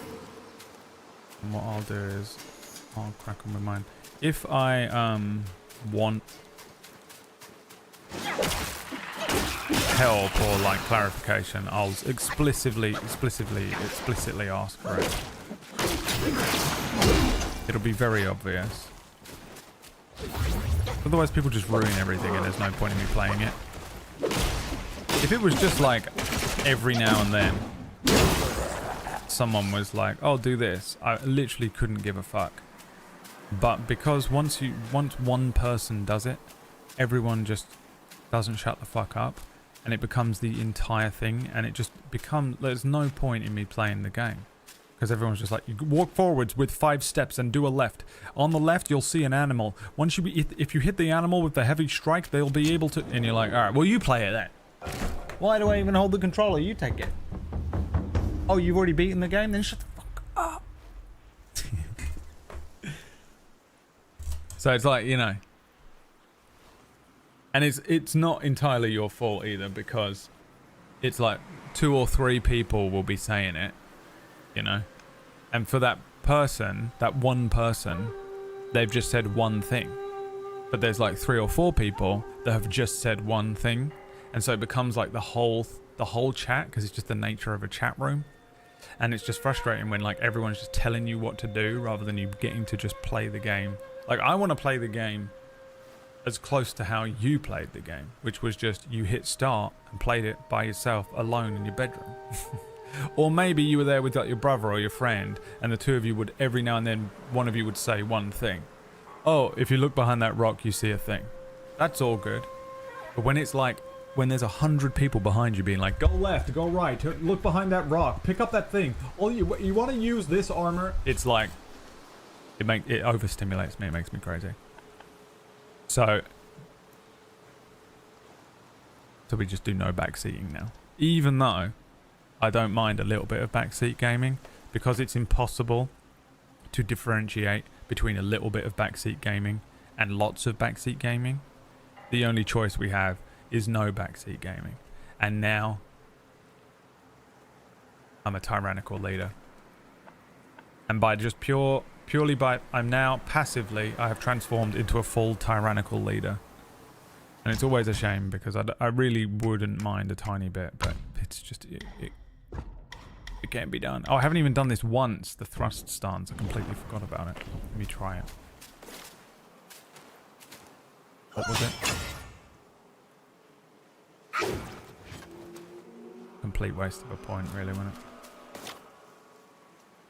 I'll never use it again. And I'll never use it again. Can I take just that 1 point off? Until I do want it. I can. Oh, that's beautiful, isn't it? What a beautiful game.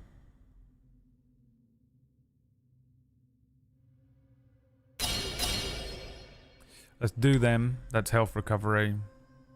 And we'll do that. We're going to do this from now on. The smash stance.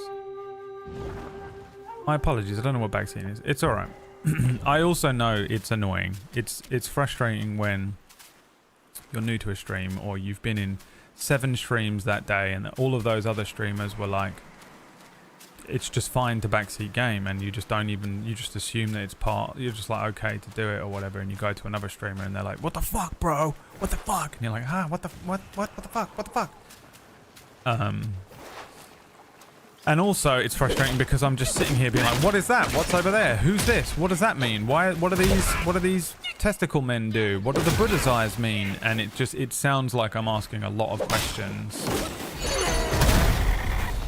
And that I want them answered, when really they're just rhetorical questions because I'm just speaking out loud because I'm streaming live on the internet and Twitch. It's very I know it's frustrating. And sometimes you come into a chat room and everyone's been backseat gaming all day, And me and the mods have been repeating ourselves over and over and over and over again. Hey, turn backseat, please. Hey, I don't want any help. Thank you. No, no, thank you. Thank you. Thank you. No, no, no, thank you. And then you come in and you're like, oh, if you just go left, there's a twig down there. And then someone goes, just shut the fuck up. Shut the fuck up, bro. Shut the fuck up. And you're like, what the fuck, man? He just went crazy at me for nothing. Only just arrived. Yeah, you know? You don't realize that you're number 57. You think you're number 1. It's just that's what it is, baby. It's the most annoying thing being when you're in a chat room. I also understand that how annoying it is watching someone just not know what they're doing in a game and being shit. And they're like, I don't know where to go. I don't know what I'm doing. And you're like, just go left, go left, go to the fucking left. Just fuck it, go left. You just have to go left, bro. Just take a left. And then someone's like, fuck you, man. Fuck you, dude. And you're like, well, I shouldn't have played. And me watching Orcus's stream, watching him play Final Fantasy VIII and not saying anything was so difficult because he sucks at video games. He does.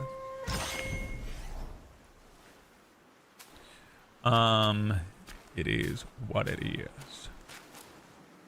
I love this game so far. I'm really enjoying it. But I've got to go. Got to get out of here. The backseat gamers have driven me mad. No, not really. I've got a D&D show to prep for tonight. If you want to watch me play D&D, I'm running 2 sessions of D&D a week at the moment on stream on Twitch, but not here, on another channel called Table Story.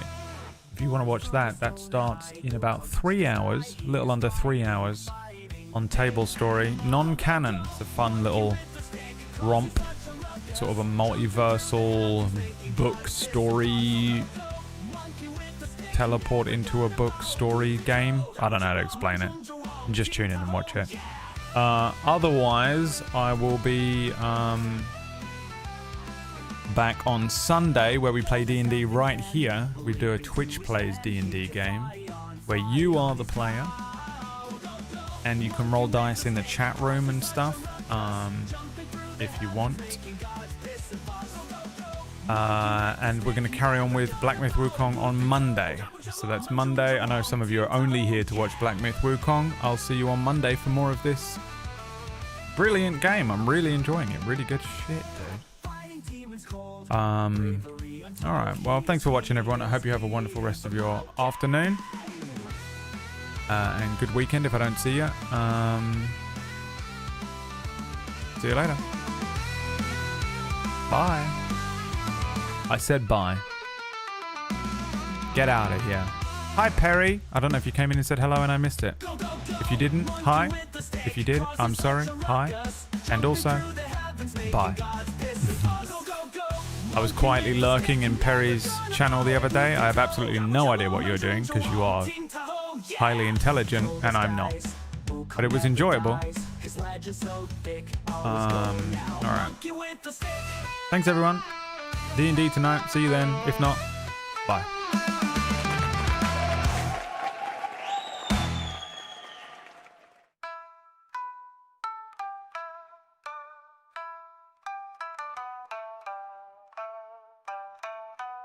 Oh, guys, Maya's back. We're just gonna carry on. Sorry, I didn't realize you were back, Maya. Let's just carry on playing the video game. Get the fuck out of here. Get the fuck out of here, bro. Get out of here. Go on and scram. Get the hell out of my sight right now.